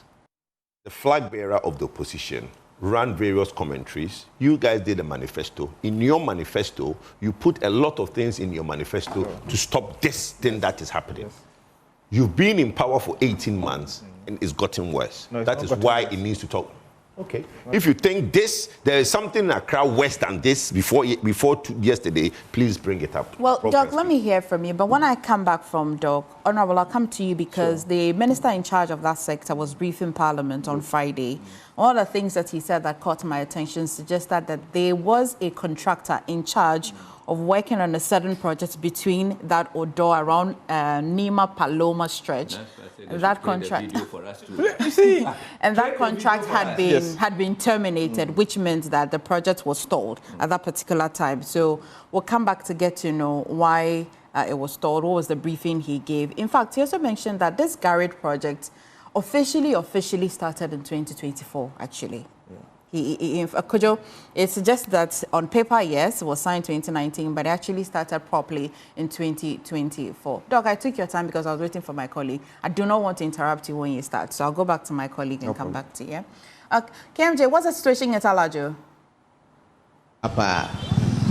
Okay, that's it. We were still talking to a few people. Chief, that's saying, Yami Adomo, Bibi Aboko, Yanko Adam. Now, what's the situation it's saying? Menso, I am a brown.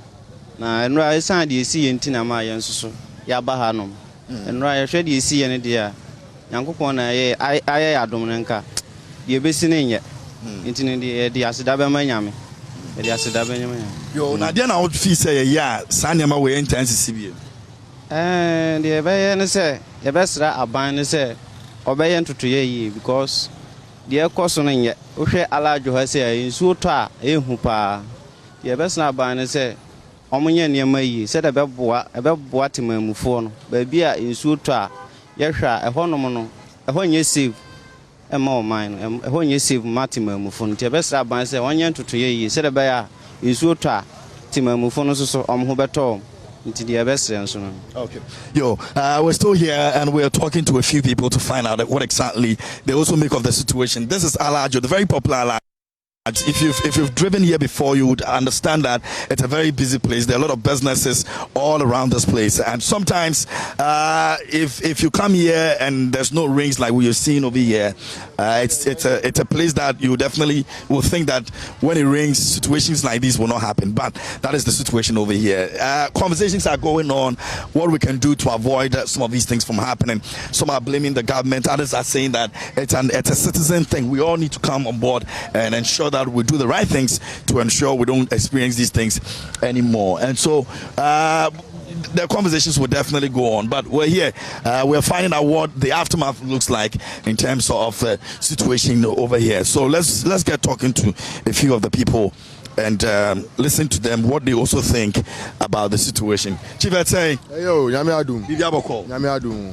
Yo, Anna Yejuma. Yeah. Okada business now. Okada business now. How do you business place pa situations na basis ya no saying na ndra na wo ha. Ndra na mi wa ndra na kanko nipa kura nko bibia nko. Nsuo nu kwa na eko.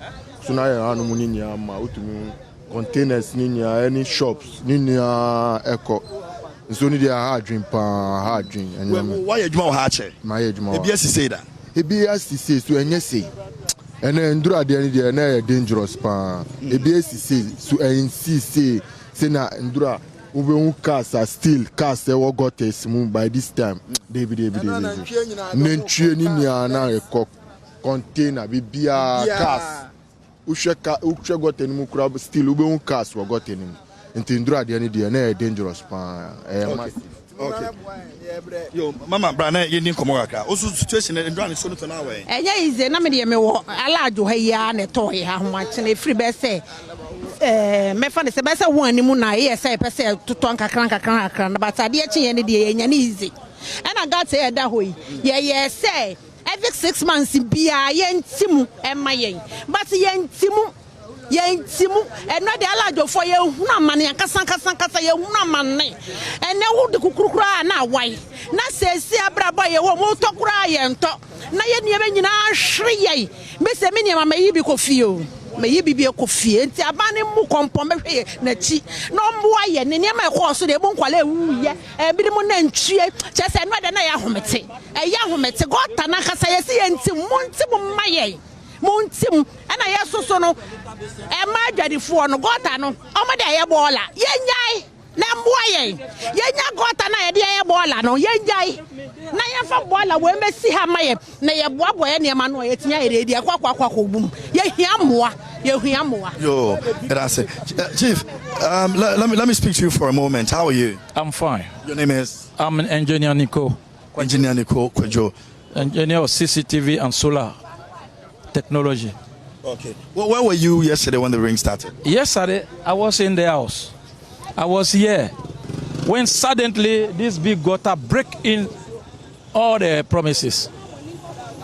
When I opened the door, the water was here. I couldn't pick one. Really? Single things I couldn't pick. There was no sign. You didn't know. You just opened the door and then. Yeah, it's like that. It came unexpected. So I lost everything. I couldn't pick. That's it. What I used to work yesterday is the Church of Jesus Christ or later they saints who come and carry me and the family to sleep at the church. This morning I changed. I'm coming. I lost everything. I couldn't pick one dress for so many years. 20 good years work. You can see on my mattress, everything. But I'm alive. My family is alive. You call Nanimo need to attend. You called NADMO, they off every, but I have all the 3 lines, the 112 and the 029. They no pick. I'm speaking. I know what I'm saying. I'm a man of security. I'm a 3rd degree. Black. This happened before here, ever since you came. That's the 4th time. That's the 2nd time. You lost everything. Everything, the children. Thank God. God with all the mighty nation Ghana. If the thing was open at night, the disaster was be catastrophic. But thank God, God protect this nation. It's happened daytime. You're able to save, carry the children to. That's stop it then. Carry them up. Carry them up. That's what you were saved. So today I'm standing here. I don't know what to do. I can't go work. That's what I have it. That's what I have it in life. I'm sorry about the situation, and it's well. Nobody can blame the nature. Yeah. NADMO, please, the government must sit out to organize to save people. Okay, very well. Yes, when you call them, they are not attended. Very well. That's also another message to NADMO, and he thinks that NADMO can do better. He called all the alliance, and yes, sir. Thank you very much for talking to us. He called all NADMO's numbers, and they were not answering them. Chief, let's say. Ayo. And also. Hana mi wapa. Wa metana hache pa. Ondra nsone de anya kura. Ondra dua we mu nyina, kantu we mu nyina wo hu na ebia. Wonam ka kwan we so kura na aduru sisi. Aha se nyina aba bia woni nyina wontimi mba ha afa ha nyina afa nantwe mienu aku afa kas bebre e wa ha amanfo poly tank ni fridge mu nyina e de ko enti yesra aba no wonye bribi maye because send ha no mo ye ne de enye fine send ha no mo te no enye fine because amanfo containers amanfo kiosks amanfo cars nyina nsuo na afa enti yesra no gota no wonye bribi maye ha de amaye ho nchi ya pa ya se mo to ne ma gugata no no so ka won nti na ya na nsu na achi ba no bebre toto bola ne ne ma nyina gumba ye de nka ho because yante omo tete ben gota no omo na toto ne ma ye de gugu ayi gota no mu send a bear because we know be ultimate who be Kurana, which are so they tell you to Nema, a Google and one no person in Uncle. Yes, so I'm paying who has some near fire, Kwana pay baby afa because I had a one, I have a quack to Sukuru. And to be on an argument, if you know, by a friend 20 minutes per day, watch it. But I anything my so problem no if it my phone ball na ye do tumu so no and also na man a problem na ye den ba because as sa ball no from akire na ba be chuku ha ball se no kura na chuku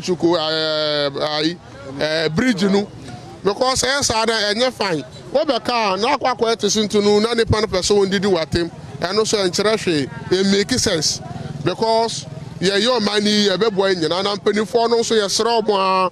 Numbers no more de Toto Jano, you're from a monfa because I need to know Mako school. Aqua Cosua Hunim, dear, say, by I'm from a monfa. I don't so make sense because Wako school, and I did man I'm out. I've been to our car from with Sombra, and watching upon a police for Abase or being a police in the baby, a dino, I want to me. And son of my ben and Namha, video in your phone so, and son and watch it, and a soldier for buyer, and no my bedroom, Cocorano, Person Mumbre, and as I, young and I also previba, young Mubet Mabisane, yes, Achremo, because you never had a see, wow. Because send them penny for any Yasram or Muya Bribin for whom may the other massy. Yo, so they're asking government to do something about it. Now they're also saying that not most numbers, they've called them severally and we're not actually going through. Some were not also answering as well. And that's the situation over here. Now, a lot of livelihood is gone. I mean, people have lost a lot of things. People are very sad about the situation.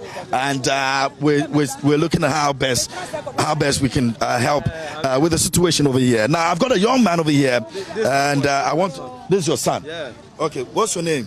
Rahman. Okay, were you also caught up in this whole situation yesterday? Yes. Where were you? I was in the house. Where? In the house. You were in the house? Yes. And what happened to you? Who did you reach out for help? My father. So it was your father who rescued you? Yes. Okay, that's your son? Yeah. Where was he yesterday? Yeah, yesterday, honestly, he was home with my woman, but I was at the shop. No, I was at the shop. So they called me and they was like, the gutter is almost full, so I should come around. As soon as I got here, I noticed the water has already bashing. It's entering the room. So I have to make sure I raise up my books and his books and my iPad and everything up. I did that and I went to this one-story building here at the back of the bridge just to get myself, to make sure I'm safe with my boy. So just within some couple of hours before we realized all the building got flooded. Not even just the household, the whole compound. Even our polytank got passed through the wall, through the fence, because all the household, everything was flooded. It was full to the extent of we not getting anything. So this is the only thing I have now. This is the only thing you guys can see yourself. I have now. So I'm now going to my mom's place to see if she'll be able to assist me with anything because we are out of everything. There's nothing. My Tesla, my phone, but my iPad, my laptop, everything is gone. My clothes, everything. My son's book is even more important because they are going to new class. He's in class 3. They are going to class 4. Every class 3 book is not done with it. Now I need to get new ones. Even there are some exercise books that he has not used at all. I'm planning to use those things in next time, but now the flood has taken everything. Are you coming back here again? Lost everything. Are you coming? Well, yes. So that's the situation in Alajo. Just a casual reading will tell you that because the Odo was overly full, there was a hydraulic backwater effect. That definitely means that the Odo was pushing the water back to the Alajo drain storm. That's the situation at Alajo. Let me take you to Aveno, where my colleague Fatal Bayaga as well is on standby. Fatal, what's the situation in Aveno?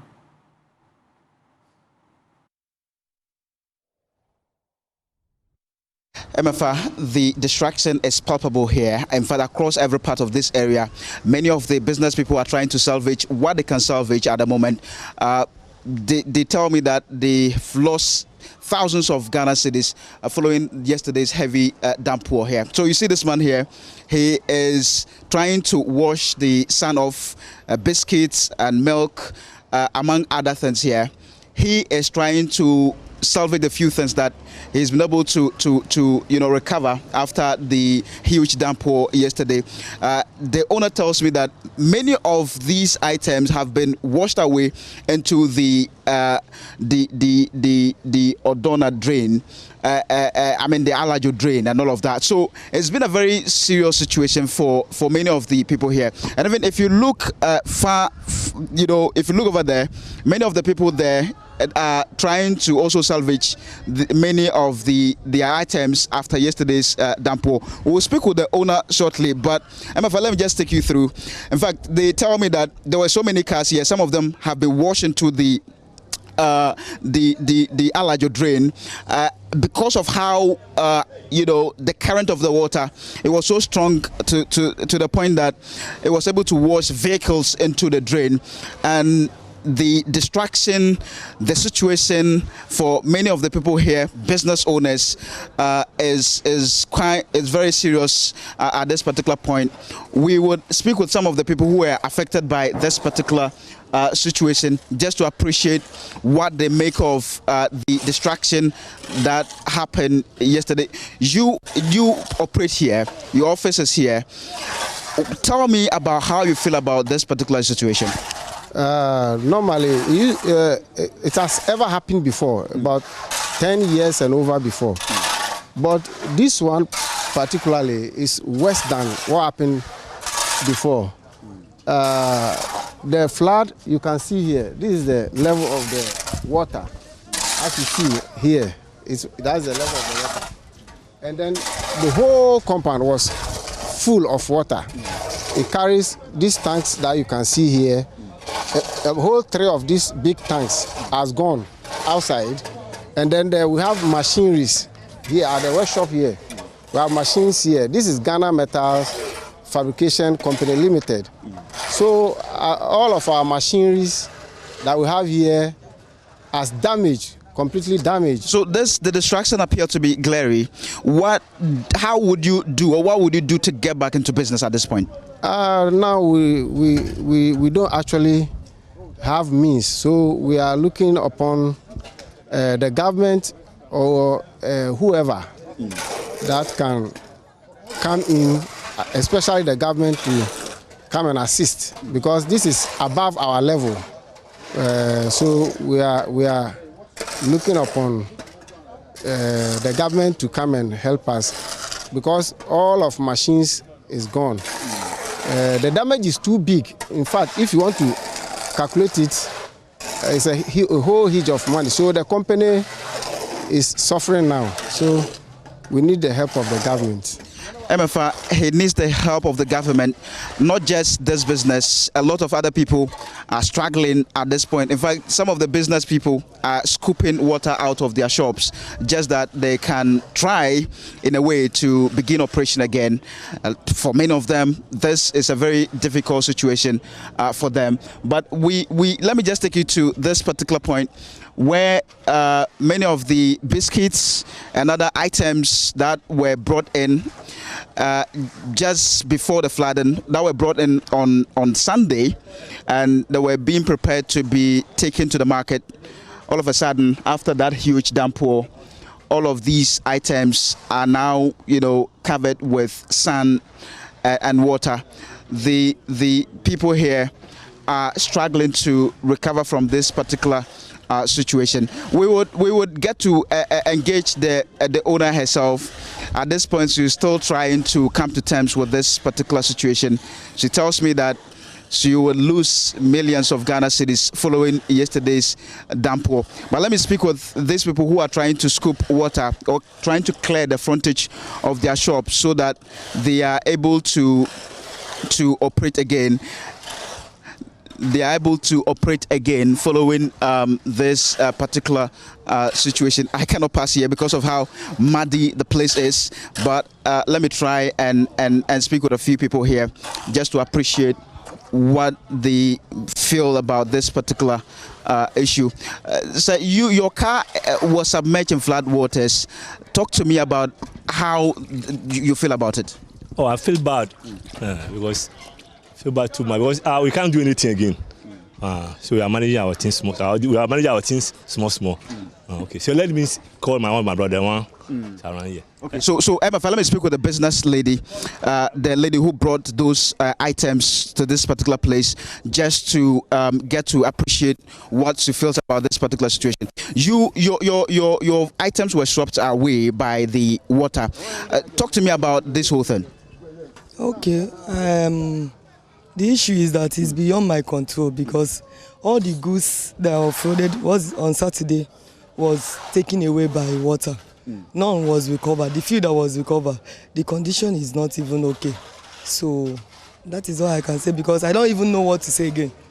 I have not experienced such before. If I knew, even the trailer himself was sink inside water. The trailer itself? Yes, it was sink. I hope all the goods inside the trailer is also damaged. But when I open it, I will see what the condition. Even the ones on the room, the goods I have over there.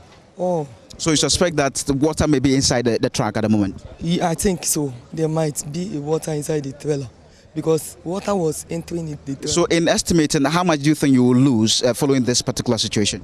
Oh, the money is much. The money is much, my brother. The money is much. I don't even know what to say. The trailer himself, to bring it all the way from Nigeria to here, is already costing us 380,000 Ghana cedis. 380,000 Ghana cedis? Which has not been recovered. I'm not talking about the goods. So, I don't know what to say, but all I say is that it has happened. That is it. What kind of support, and even before that, how would you try to get back on your feet again following this issue? To get back on my feet again, there is no way out. I hope unto God, and if the government can come for rescue, because nothing can be done. Even to start the business, even the trailer himself has got spoils. They are going to call the mechanic all the way from another country, Benin, to come for the trailer. That is it. MFA, the situation is quite disheartening here. Not just her alone. There are other people, many other business owners. Can you find out from those who are cleaning what it looks like, the snacks, and then the whatever it is that they are washing and cleaning, what do they intend to do with it? Can you find out for me? The documents inside those shops have all been submerged by flood waters here. But let me take you further to speak with more people here, just to engage them on this. Okay, so they are going to open one of the warehouses here, and I'm told that the distraction there, it's really disheartening. It's making the people who operate here feel so bad. They are struggling to get on their feet. They said they need government support in order for them to be able to operate again, because almost everything inside the shop has been submerged in flood waters. So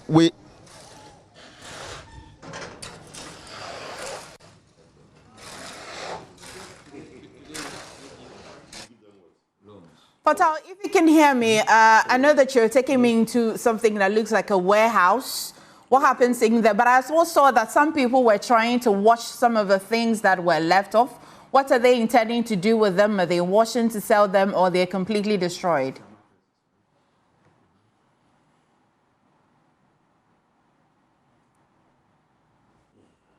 So what they tell me is that some of them, they cannot sell them again because of how they have become. But there are a few that they've been able to salvage, and they'll put that back into the market. I don't know how they intend to do that. Maybe I would have to find out from her how they intend to do that. Because in fact, many of these items have been taken over by sand. In fact, even the biscuits, part of them, in flood waters, and all of that. Maybe we'll get to know what they intend to do to these items. But MFA, this workshop, the owner is here. He tells me you work here, right? Yes. I'm told that all of these items are new things. They are new things. Yes. From where? These papers are imported. The motorcycle engines are from China. Okay. Yeah. So All has been damaged now because you cannot fix this one. Nobody can buy. No printing press can take it because it has spoiled. So probably you sell it as scrap. But I'm telling you, see, the main office, the owner of this yard, his office, he has not come to open it. Okay. I think the damage inside the office will be more great also. Because he hasn't come. He was here yesterday, but he couldn't come in. Yeah. So, MFA, the destruction is quite severe. Imagine the water lifting 5 tanks out of it. It lifted how many? 5. 5 tanks? Yes, one is at Caprise and this Aveno area now. We are just waiting for the director. Then we use safe loader to go and bring it back. One is at the gate. If you pass the other corner, you will see where one is. According to them, 2 is at this end. So we don't know. We have not experienced such before. You've not experienced such before? No. But we experienced flooding, but for this type of magnitude of lifting these tanks and even covering these cars, we have not experienced. I'm sure you've lived here for a very long time. What and you've not experienced such an issue before. What do you think is the cause of this? Let us talk of our drillage are not sufficient. If our drillage are good, water will be flowing into the main to the seaside. Even as I was coming this morning, I was suggesting that all the scrap boys who are doing business along the road, along that gutter, should be evacuated from there. They shouldn't allow them to operate there. They shouldn't allow them to operate there. So you mean the scrap dealers also contribute to this flooding? When the gutter is choked, where does the water go? You find this alternative way by overfloating. But they also claim that some of you operating here, when you are done with your refuse, instead of properly dumping them, you wait for the flooding to come, then you drop them inside the flood waters. We engage a boiler boys whom we pay every day to come and collect rubbish from us. A big company like this. How many companies are here? See this paper. When you reach, you go there. They are paper companies. The toilet road that we are having at Asuchari, go and see what has caused the damage also they have. We have people who collect our rubbish. We don't dump. How can a big company like this say dump? Even we are thanking God now, we ordered plate. If the plate were to arrive here, this will spoil it. We imported the plate and it's at Tudi. It's supposed to came in yesterday evening, Sunday evening. If it were arrived by Sunday evening, by now these things will spoil it because you cannot use old thing to build a work for me and then I'll accept it. All right, thank you very much. So, MFA, that's the situation here. A lot of the people over there. So, I want to take you to where the track is. They are trying to see whether some of the items inside the truck are intact at the moment. It's been in fact, almost all the shops along the road here at Aveno, all of them are trying to salvage the remaining items. That are left in their shops. Some of them are scooping water out of their shops just to be able to get back into business. But I'm afraid to ask a very important question. Let me ask the lady whether she intends to put these items back into the market following this particular situation. So, Madam, just a minute of your time again. You see the items in the truck and also those that they are washing here. Do you intend to, put them back into the market immediately, or what do you intend to do to them? Okay, I'm just putting it to know the condition of it. The condition will tell. If the condition is still okay, if it's not okay, I will trash it out. But biscuits, washing biscuits in water and all of that, do you think there will be we are just cleaning it with wipes. If the condition is good, if it's not good, we have to dispose it. That is it. I can't say something that is not healthy to the public. Okay, thank you very much. So, MFA, they are trying to check inside the truck here, this huge truck here, to be sure that the items inside are not inside water, so that to see if those items can be put back into the market. She already told me that she's going to lose so much money as a result of this particular flooding situation, which inundated parts of Accra yesterday. And one of the heavily hit areas, obviously, was Aveno, Alajo, and the other surrounding communities. So we are still monitoring all the developments here, MFR. And so now they've opened the track, the boot of the track, to see if the water entered this. Even I'm told that because of the flooding situation, this track is broken down at the moment. So clearly, the water was able to get into the track. So you are seeing it now? I'm seeing it.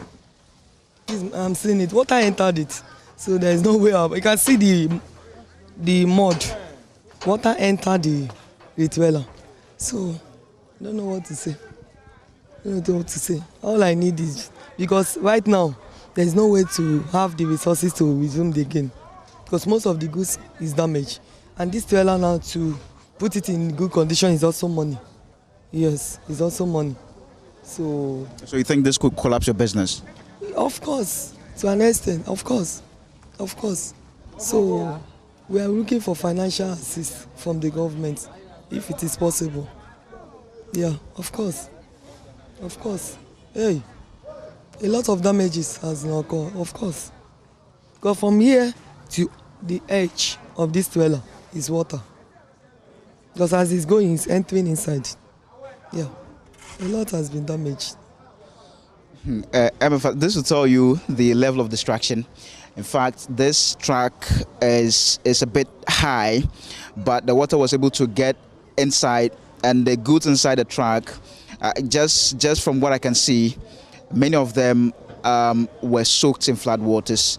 And this, for the lady, could collapse a business at this point. She spent so much money to be able to import all of these goods from Nigeria to Ghana. And this is the situation that she is witnessing at the moment. So it's been a very, serious situation for many of the people who operate around this particular area. And one thing that is, that they're talking about is the need government support at this moment to be able to get back to business and operate effectively. Thank you so much for bringing us updates from Aveno. Wow, that's a lot to take in. Back in studio, I was just going to Doug because he's not made his submissions. Could I have to retire you to pause? But Director. Your correspondent at Alajo, he interviewed one teacher. He's a bit grown up. And I was touched. I called production to get in touch with him, but they said the reporter couldn't take his number because of the reporting.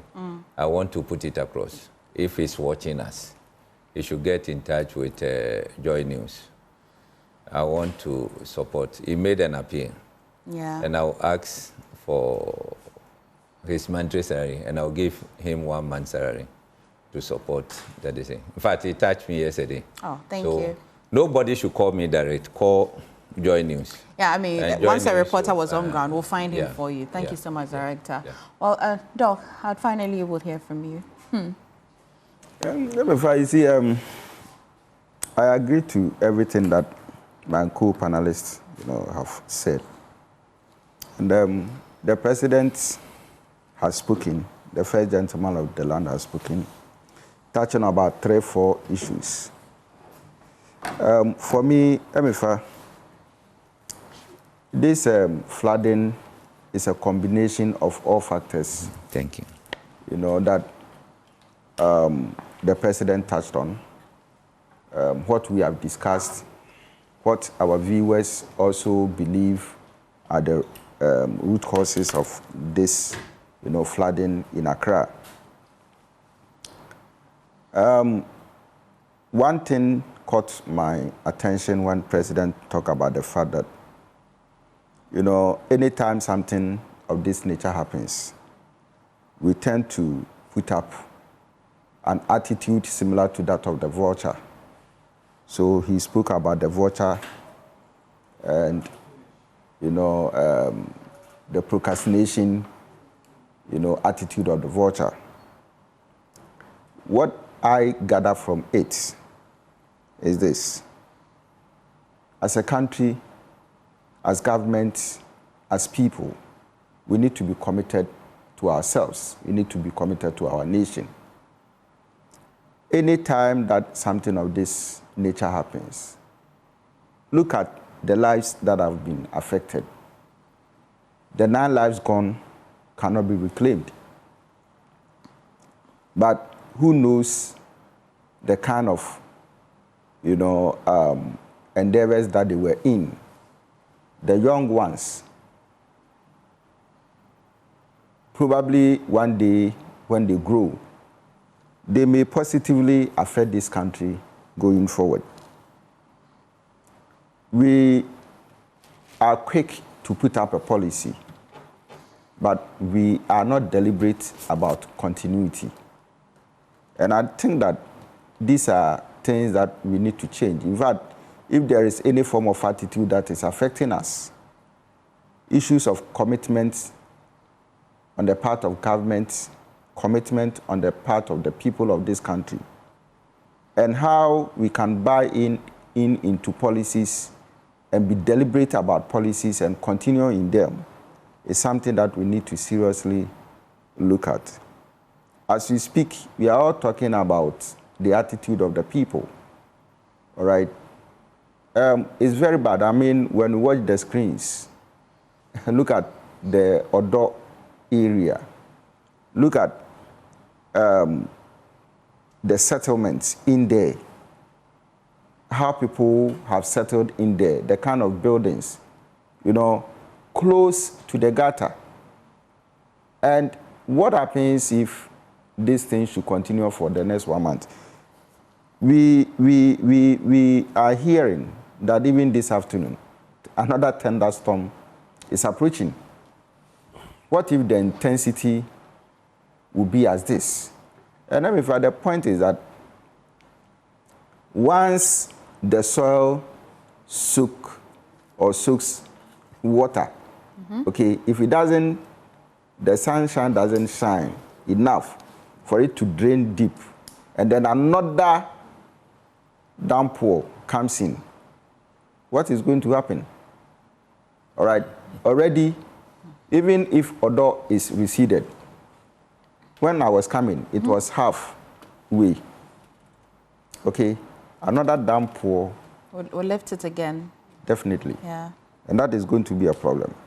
Okay. You see, in talking, we all didn't talk about GMET, Ghana Metro, okay, the agency that is responsible for weather.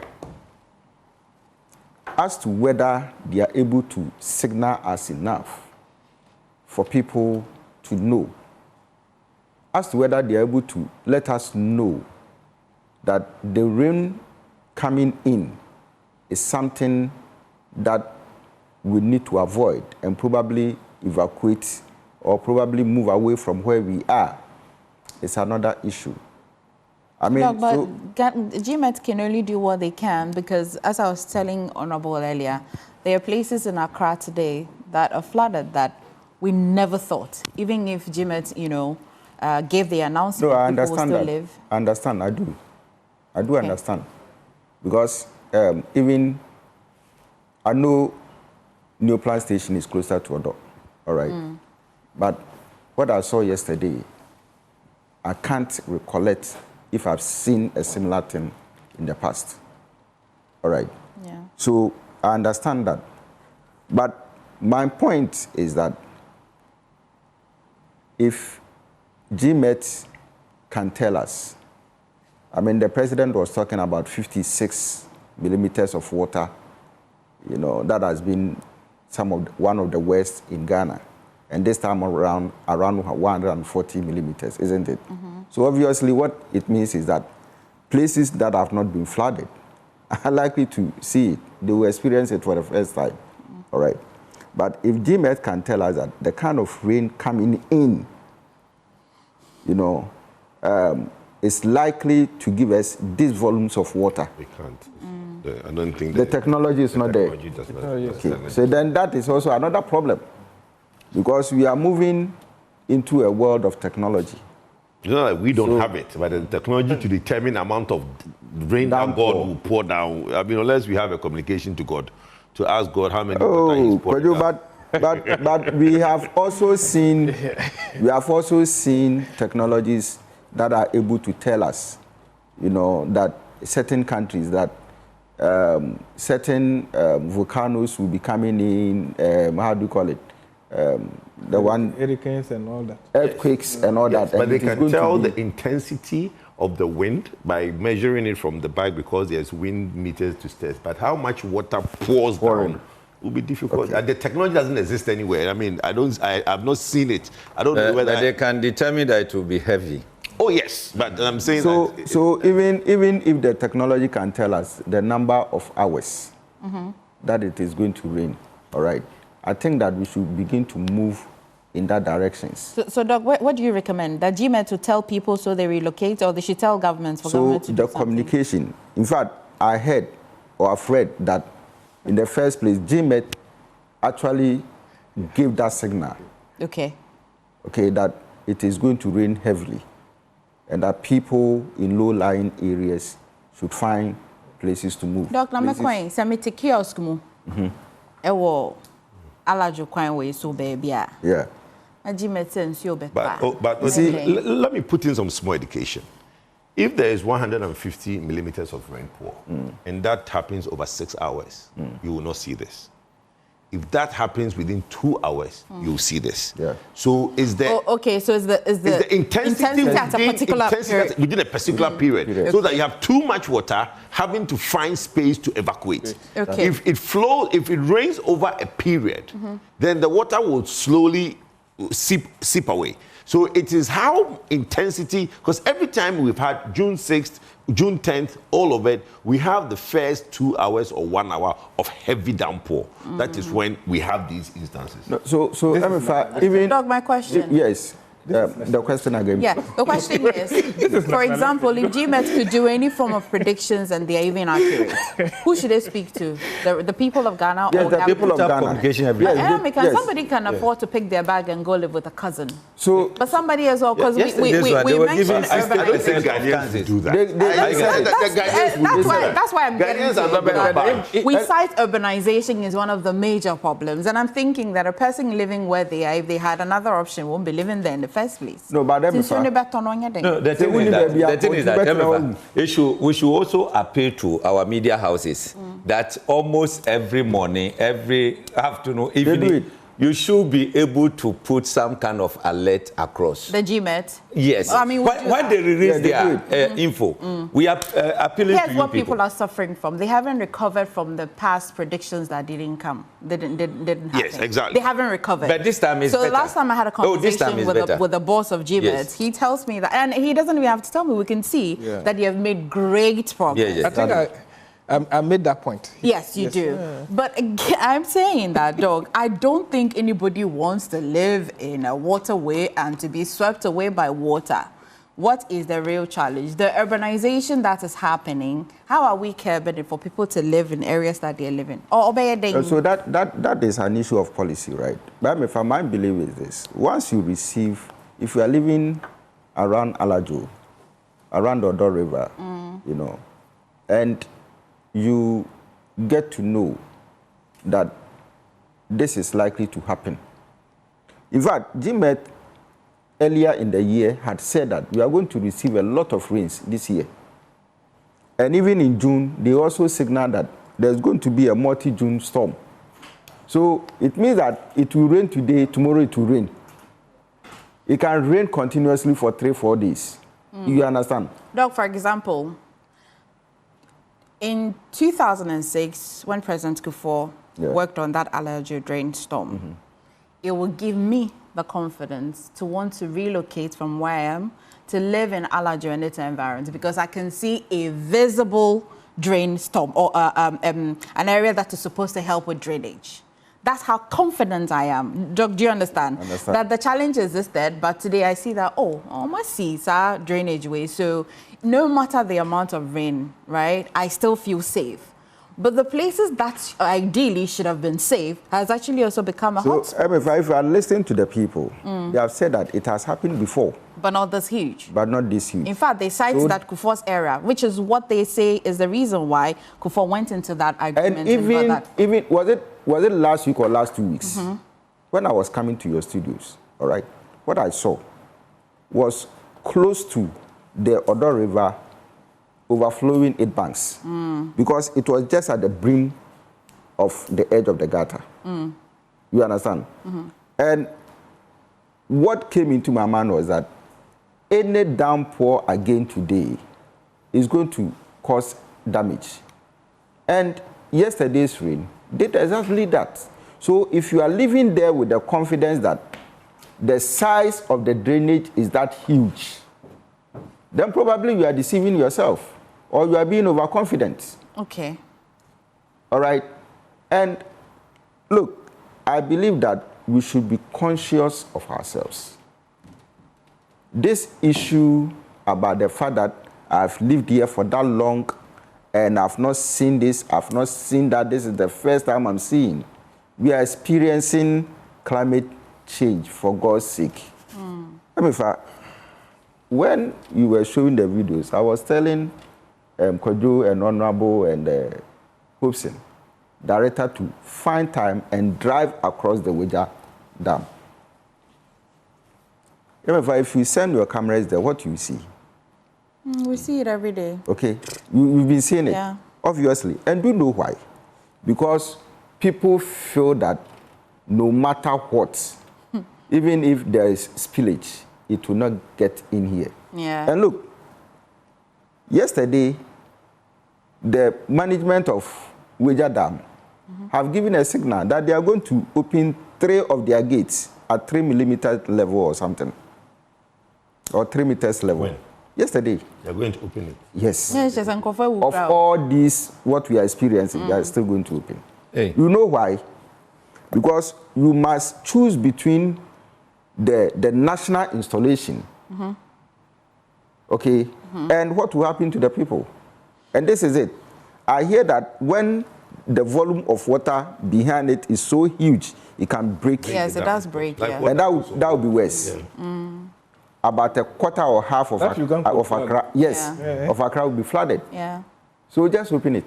The last time I was drawing up my panelists to the attention that when I spoke to Stanley Marty, Ghana Water Company Limited, he mentioned that everybody that lives in that area, those who know that they're not supposed to live in a particular area, they know.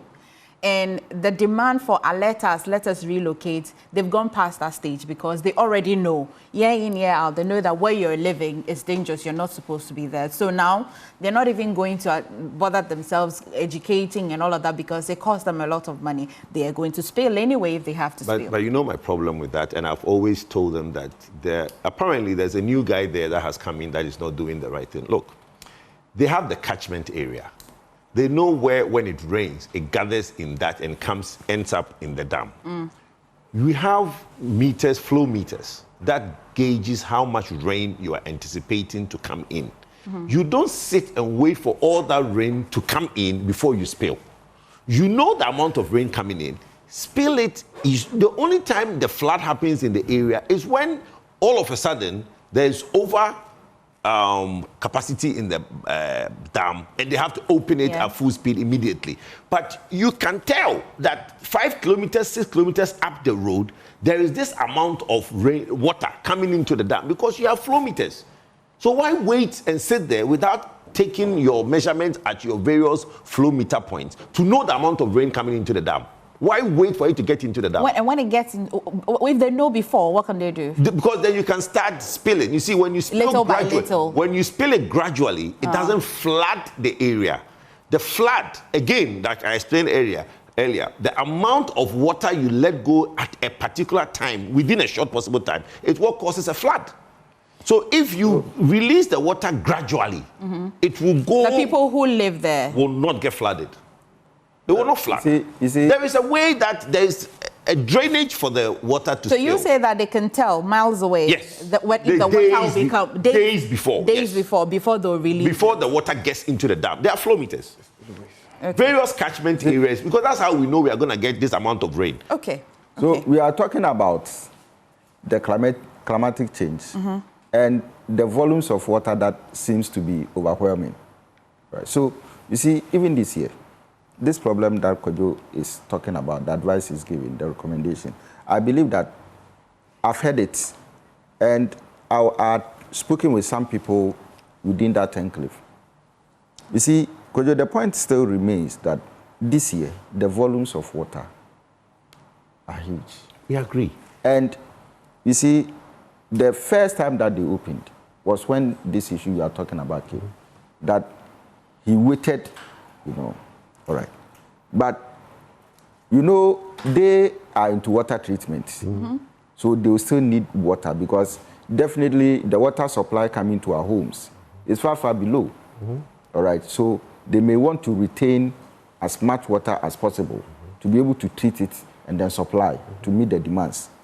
So for me, I wouldn't begrudge him. But what I would say is that, look, the people living in there should understand that, look, if water is going to overflow, all right, and you know that these areas will be affected, no matter the investment that you have done. Okay. All right, you still must find yourself a place. I mean, we have moved into certain areas in Accra that, MFA, when you see where people have built, you simply will have to ask certain questions. All right. Look, we have talked about institutional failure, or the president spoke about institutional failure. Which institutions are in charge, especially when it comes to, how do we call it, building permits and protecting certain landmarks. All right. People have spoken about the district assemblies and all that. For me, the blame should not just be on their doorstep. But I believe that, look, if certain waterways are being encroached, if certain natural places, are being encroached, and water will not find its level, its way, as it is supposed to be, what do we have to do? I mean, Director was talking about the fact that we need to, as it were, demolish some of these structures. And I agree. Okay. But beyond that, I also believe that laws should be enforced. Yes, those laws are there, but probably they are not so strong, so robust in such a way that it could deter people. Why don't you go back to Parliament, have a consideration on some of these laws, and probably put, the authority deeply into the hands of these MMCAs to, as it were, be able to carry out some of these functions. All right. Some of these interferences coming their way should also be prevented. Yeah. All right, because I've heard MCs complain, about some of these things. And look, apart from the MCs, what happens to the landowners who sell the land? Well, if I sell the land to you, if I don't get the permit from the MC, I can't build. No. Oh? Yes. That's what is happening. Yeah, it then forces you to peel back and return the land because then you can't build. But Emefa, do you know that one thing leads to the other? Yeah. Yes. So if you sell the land, the person will move everything possible to ensure to build. To build. Okay, so people have simplified the problem quite easily. They say that the Works and Housing Ministry will do all the work by constructing all the big drainages in the cities. Then the district assemblies will prevent the drainages by permitting people to build in the waterways. So there's this disconnect. And that's what the NPP is saying, that there's a disconnect between the Works and Housing Ministry and the local governance level. In an attempt to decentralize our governance, we're creating a problem. It looks like we go into the big one, we get to the bottom, and then the bottom is what is actually pushing the problem upwards. But I'm quite interested in Odo, because it's like since I was a child, right? I hear Odo, and that's where eventually all the flood water goes to, or what? Odo is a river. There's a river and there's a basin. Okay. But before I go, you have have an admirer. He keeps harassing me on my phone. Somebody says, I should wish you belated. I don't know how. One of my mates in Opoku requesting Mabua. He said, I should wish you happy belated birthday. Oh, thank you. He keep harassing me. I don't even know. Even us, we are guilty. Oh. we wish her off camera. You came late.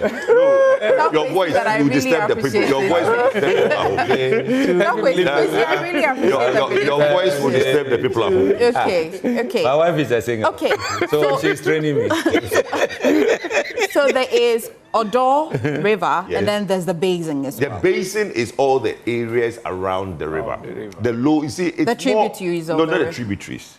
The basin. Yeah. When you say the basin, it's like the area around the river. So there's a river. It's one of the main rivers. It's not the only river. It's one of the main rivers in Accra. What is the constant overflow of it? What is the constant? Because it's it? a lot of the tributaries. So the word you use, a lot of the tributaries covers the major part of Accra. But that is only Accra. Is that Accra West or Accra East? I'm a bit confused on Accra. Is that West? East. That's Accra East. No, that's I'm not sure. My geography is terrible. That's Accra West. West. That's Accra Okay, West. East will be. Yes, so Accra East So is circle the is like it's here. Is If the I'm middle. going So to circle is in the middle. So circle is in the middle. So Accra. Take the Medina road straight. Circle is the left side is east. So Accra West is mainly served by the Odo River. Okay. And I think the other tributaries run through. Then the Beshi Lagoon that I talked about, with the rivers coming in through Labadi, going up, also is served by one. There's another one also up at the Sakumono. So why has Odo become popular? Because it's the biggest that we have. It's the biggest? Yes. What is the problem with it? The problem is the human activity. No, we have turned the river into a gutter. Yeah. People dump revenues there. In Amsterdam, when you go through, if we were to plan this country properly, the Odo River should have been like in Amsterdam, where you can see the river in the city. Yes. So what we've done is we've turned a river into a gutter. Even the gutter is not taken well care of. That's exactly. So that's the problem. So that is why I keep saying that. It doesn't matter what you do. The original flow of river from the colonial days will still find its way into the natural river, which is the Odo. That is where the Odo problem is. In natural sense, we need a contractor from Holland. You know, they can push the sea. Dredge Master. Do you ever know about Dredge Master? Yeah. Dredge Master was from Amsterdam. Okay. You see? But Director, Honorable, the minister was in Parliament on Friday. He says, what's the problem with the Garrett project? Yeah. Which What is your obsession with Garrett that you keep going back to it? Because I want clarity on it. Okay, go ahead. Go ahead. Let them play the video so that we can talk to it. Let me say something. Yeah. A colleague of mine just sent a message and was talking about, because we were asking about the Odo. Yes. He believes that, if we could also channel other, sources of, inflows into the Odo, to the west or east, so that the Odo is freed a bit in terms of the capacity of water that is feeding it, then that could also help. But these are all engineering issues. Sure. Yeah, of course. All right. Okay. And at a point, there was this huge talk that Odo like even I the was education saying, center. The one-way engineering. That's one way. Okay, and could I ask this question, because many people think that this Garrett project from 2019 maybe should have solved all of this problem. It won't be until when the minister visited Parliament that I know that it actually just started in 2024, and as well a contract had actually also been stalled in the middle, so that people do not think that we had a solution and we threw it out of the window. What exactly is the current situation with it when he came to Parliament? Oh, no, we all know that between 2019 and 2024, we had an amount of what, $505 million.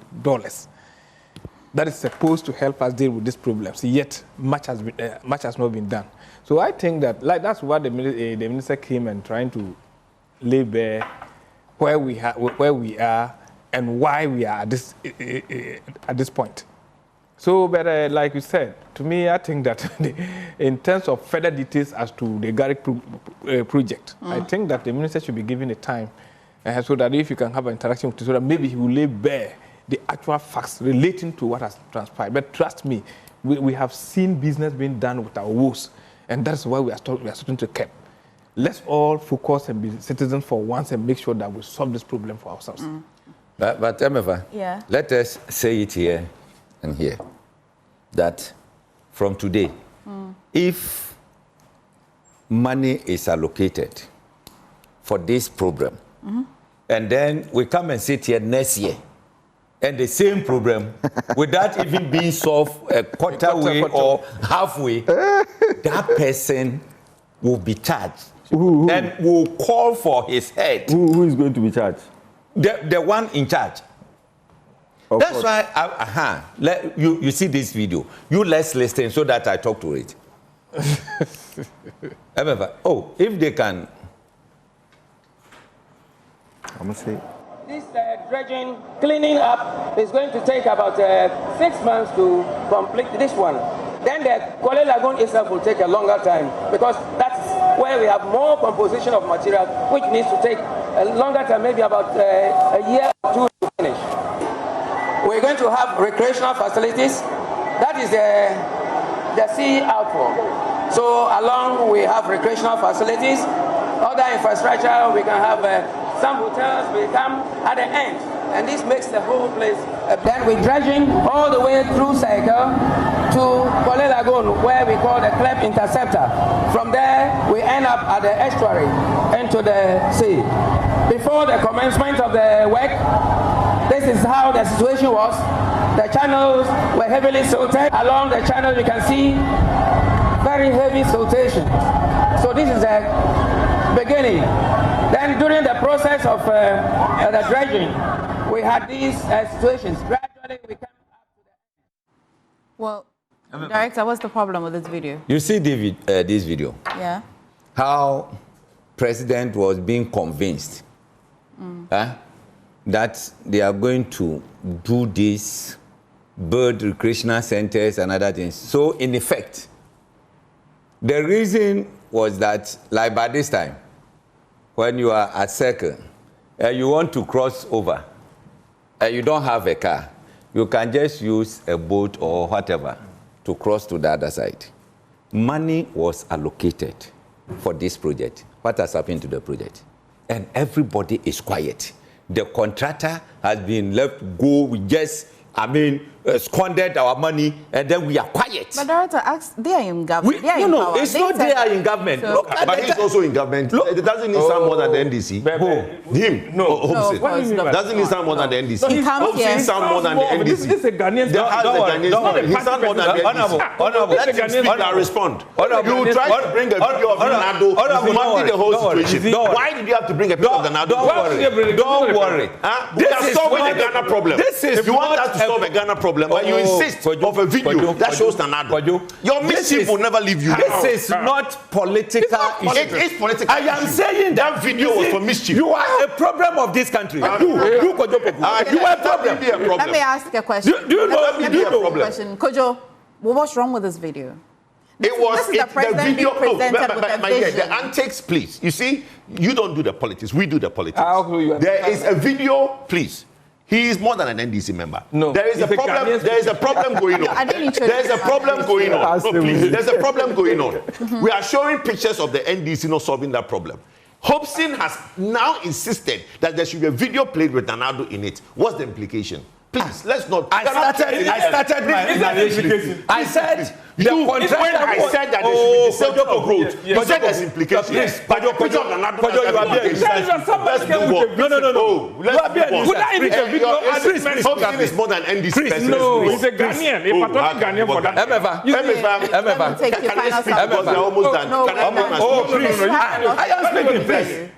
Can I make my submission? He cannot distract me. Yes. I'm not distracting you. Calling me NDC member. No, don't even listen. No. I want him to know. When you tell me that I'm NDC member, you embody me more.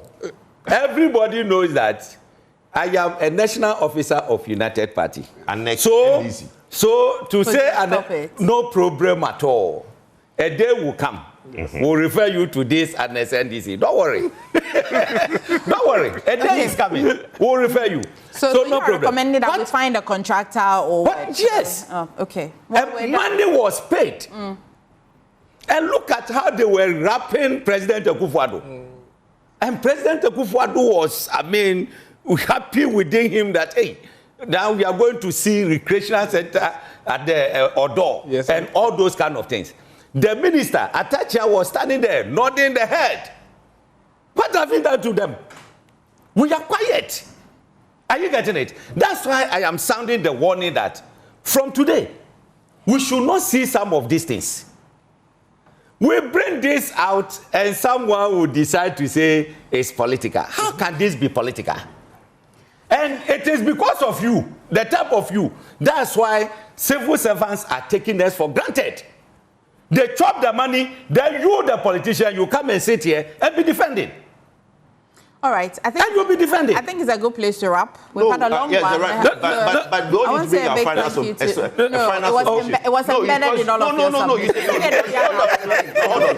You know when Mahama made his submission and said that, President Mahama made it. Oh, have I finished? When President Mahama made his submission. The time is up. I don't know what When President Mahama made his submission. I have now finished, please wait. Actually, the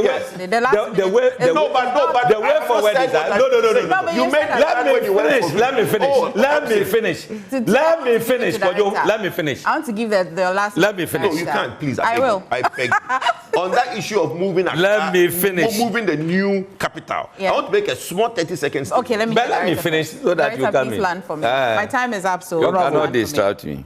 You see, the way forward is receiving end, though. The two of us. The way forward is that now that we are in this situation, when your people were going around, you see, if God willing, tomorrow you continue going around, let them ask. Are they ready? They are saying government should come and help them. Government should come and help them. Are they ready? That when government say move, we want to put up something here so that it will not happen again. Are they ready to move? Some move na de pomanenam. Anyway, some move you need puma. Now won't no one de puma share one sir. Who gave you that puma before you went there? Our time is up. Okay, the first recorded flood in Accra, most importantly, we'll do this was next week, I promise. 1950. Well, ladies and gentlemen, I'd like to say thank you to Dr. Bernard. May time na sir. Dr. Bernard Tutu-Boahene is lecturer of political marketing, University of Education, whatever. Kojopoku is executive director, in-step of and also member of the MPP communication team. He took his seconds to greet Dr. Baumia. Now he wants to wrap up with my time. And Hobson Adoy is director, field operations, United Party. Mohammed Baktalia is MP for Sisala East and board member for TOR, and we already introduced Dr. Boahene. I want to say a happy birthday to one of our camera giants here, Festus. Happy birthday to you, doing amazing stuff behind the camera. Happy birthday. And as well, a glorious birthday to Merewusu Asare, National Service Personnel at CWG Ghana. And this one is from Medofo. Yes, so what you are saying? To you. Well, the show is sponsored by Hilton from Azagu, Select 5 and Time Herbal Vista. He said he will give us time, but he wants birthday for happy birthday. She will give us time, but the birthday she will. You can't say birthday she will. You give me 30 seconds, but birthday you will. Please stay with us. There's some more on the channel.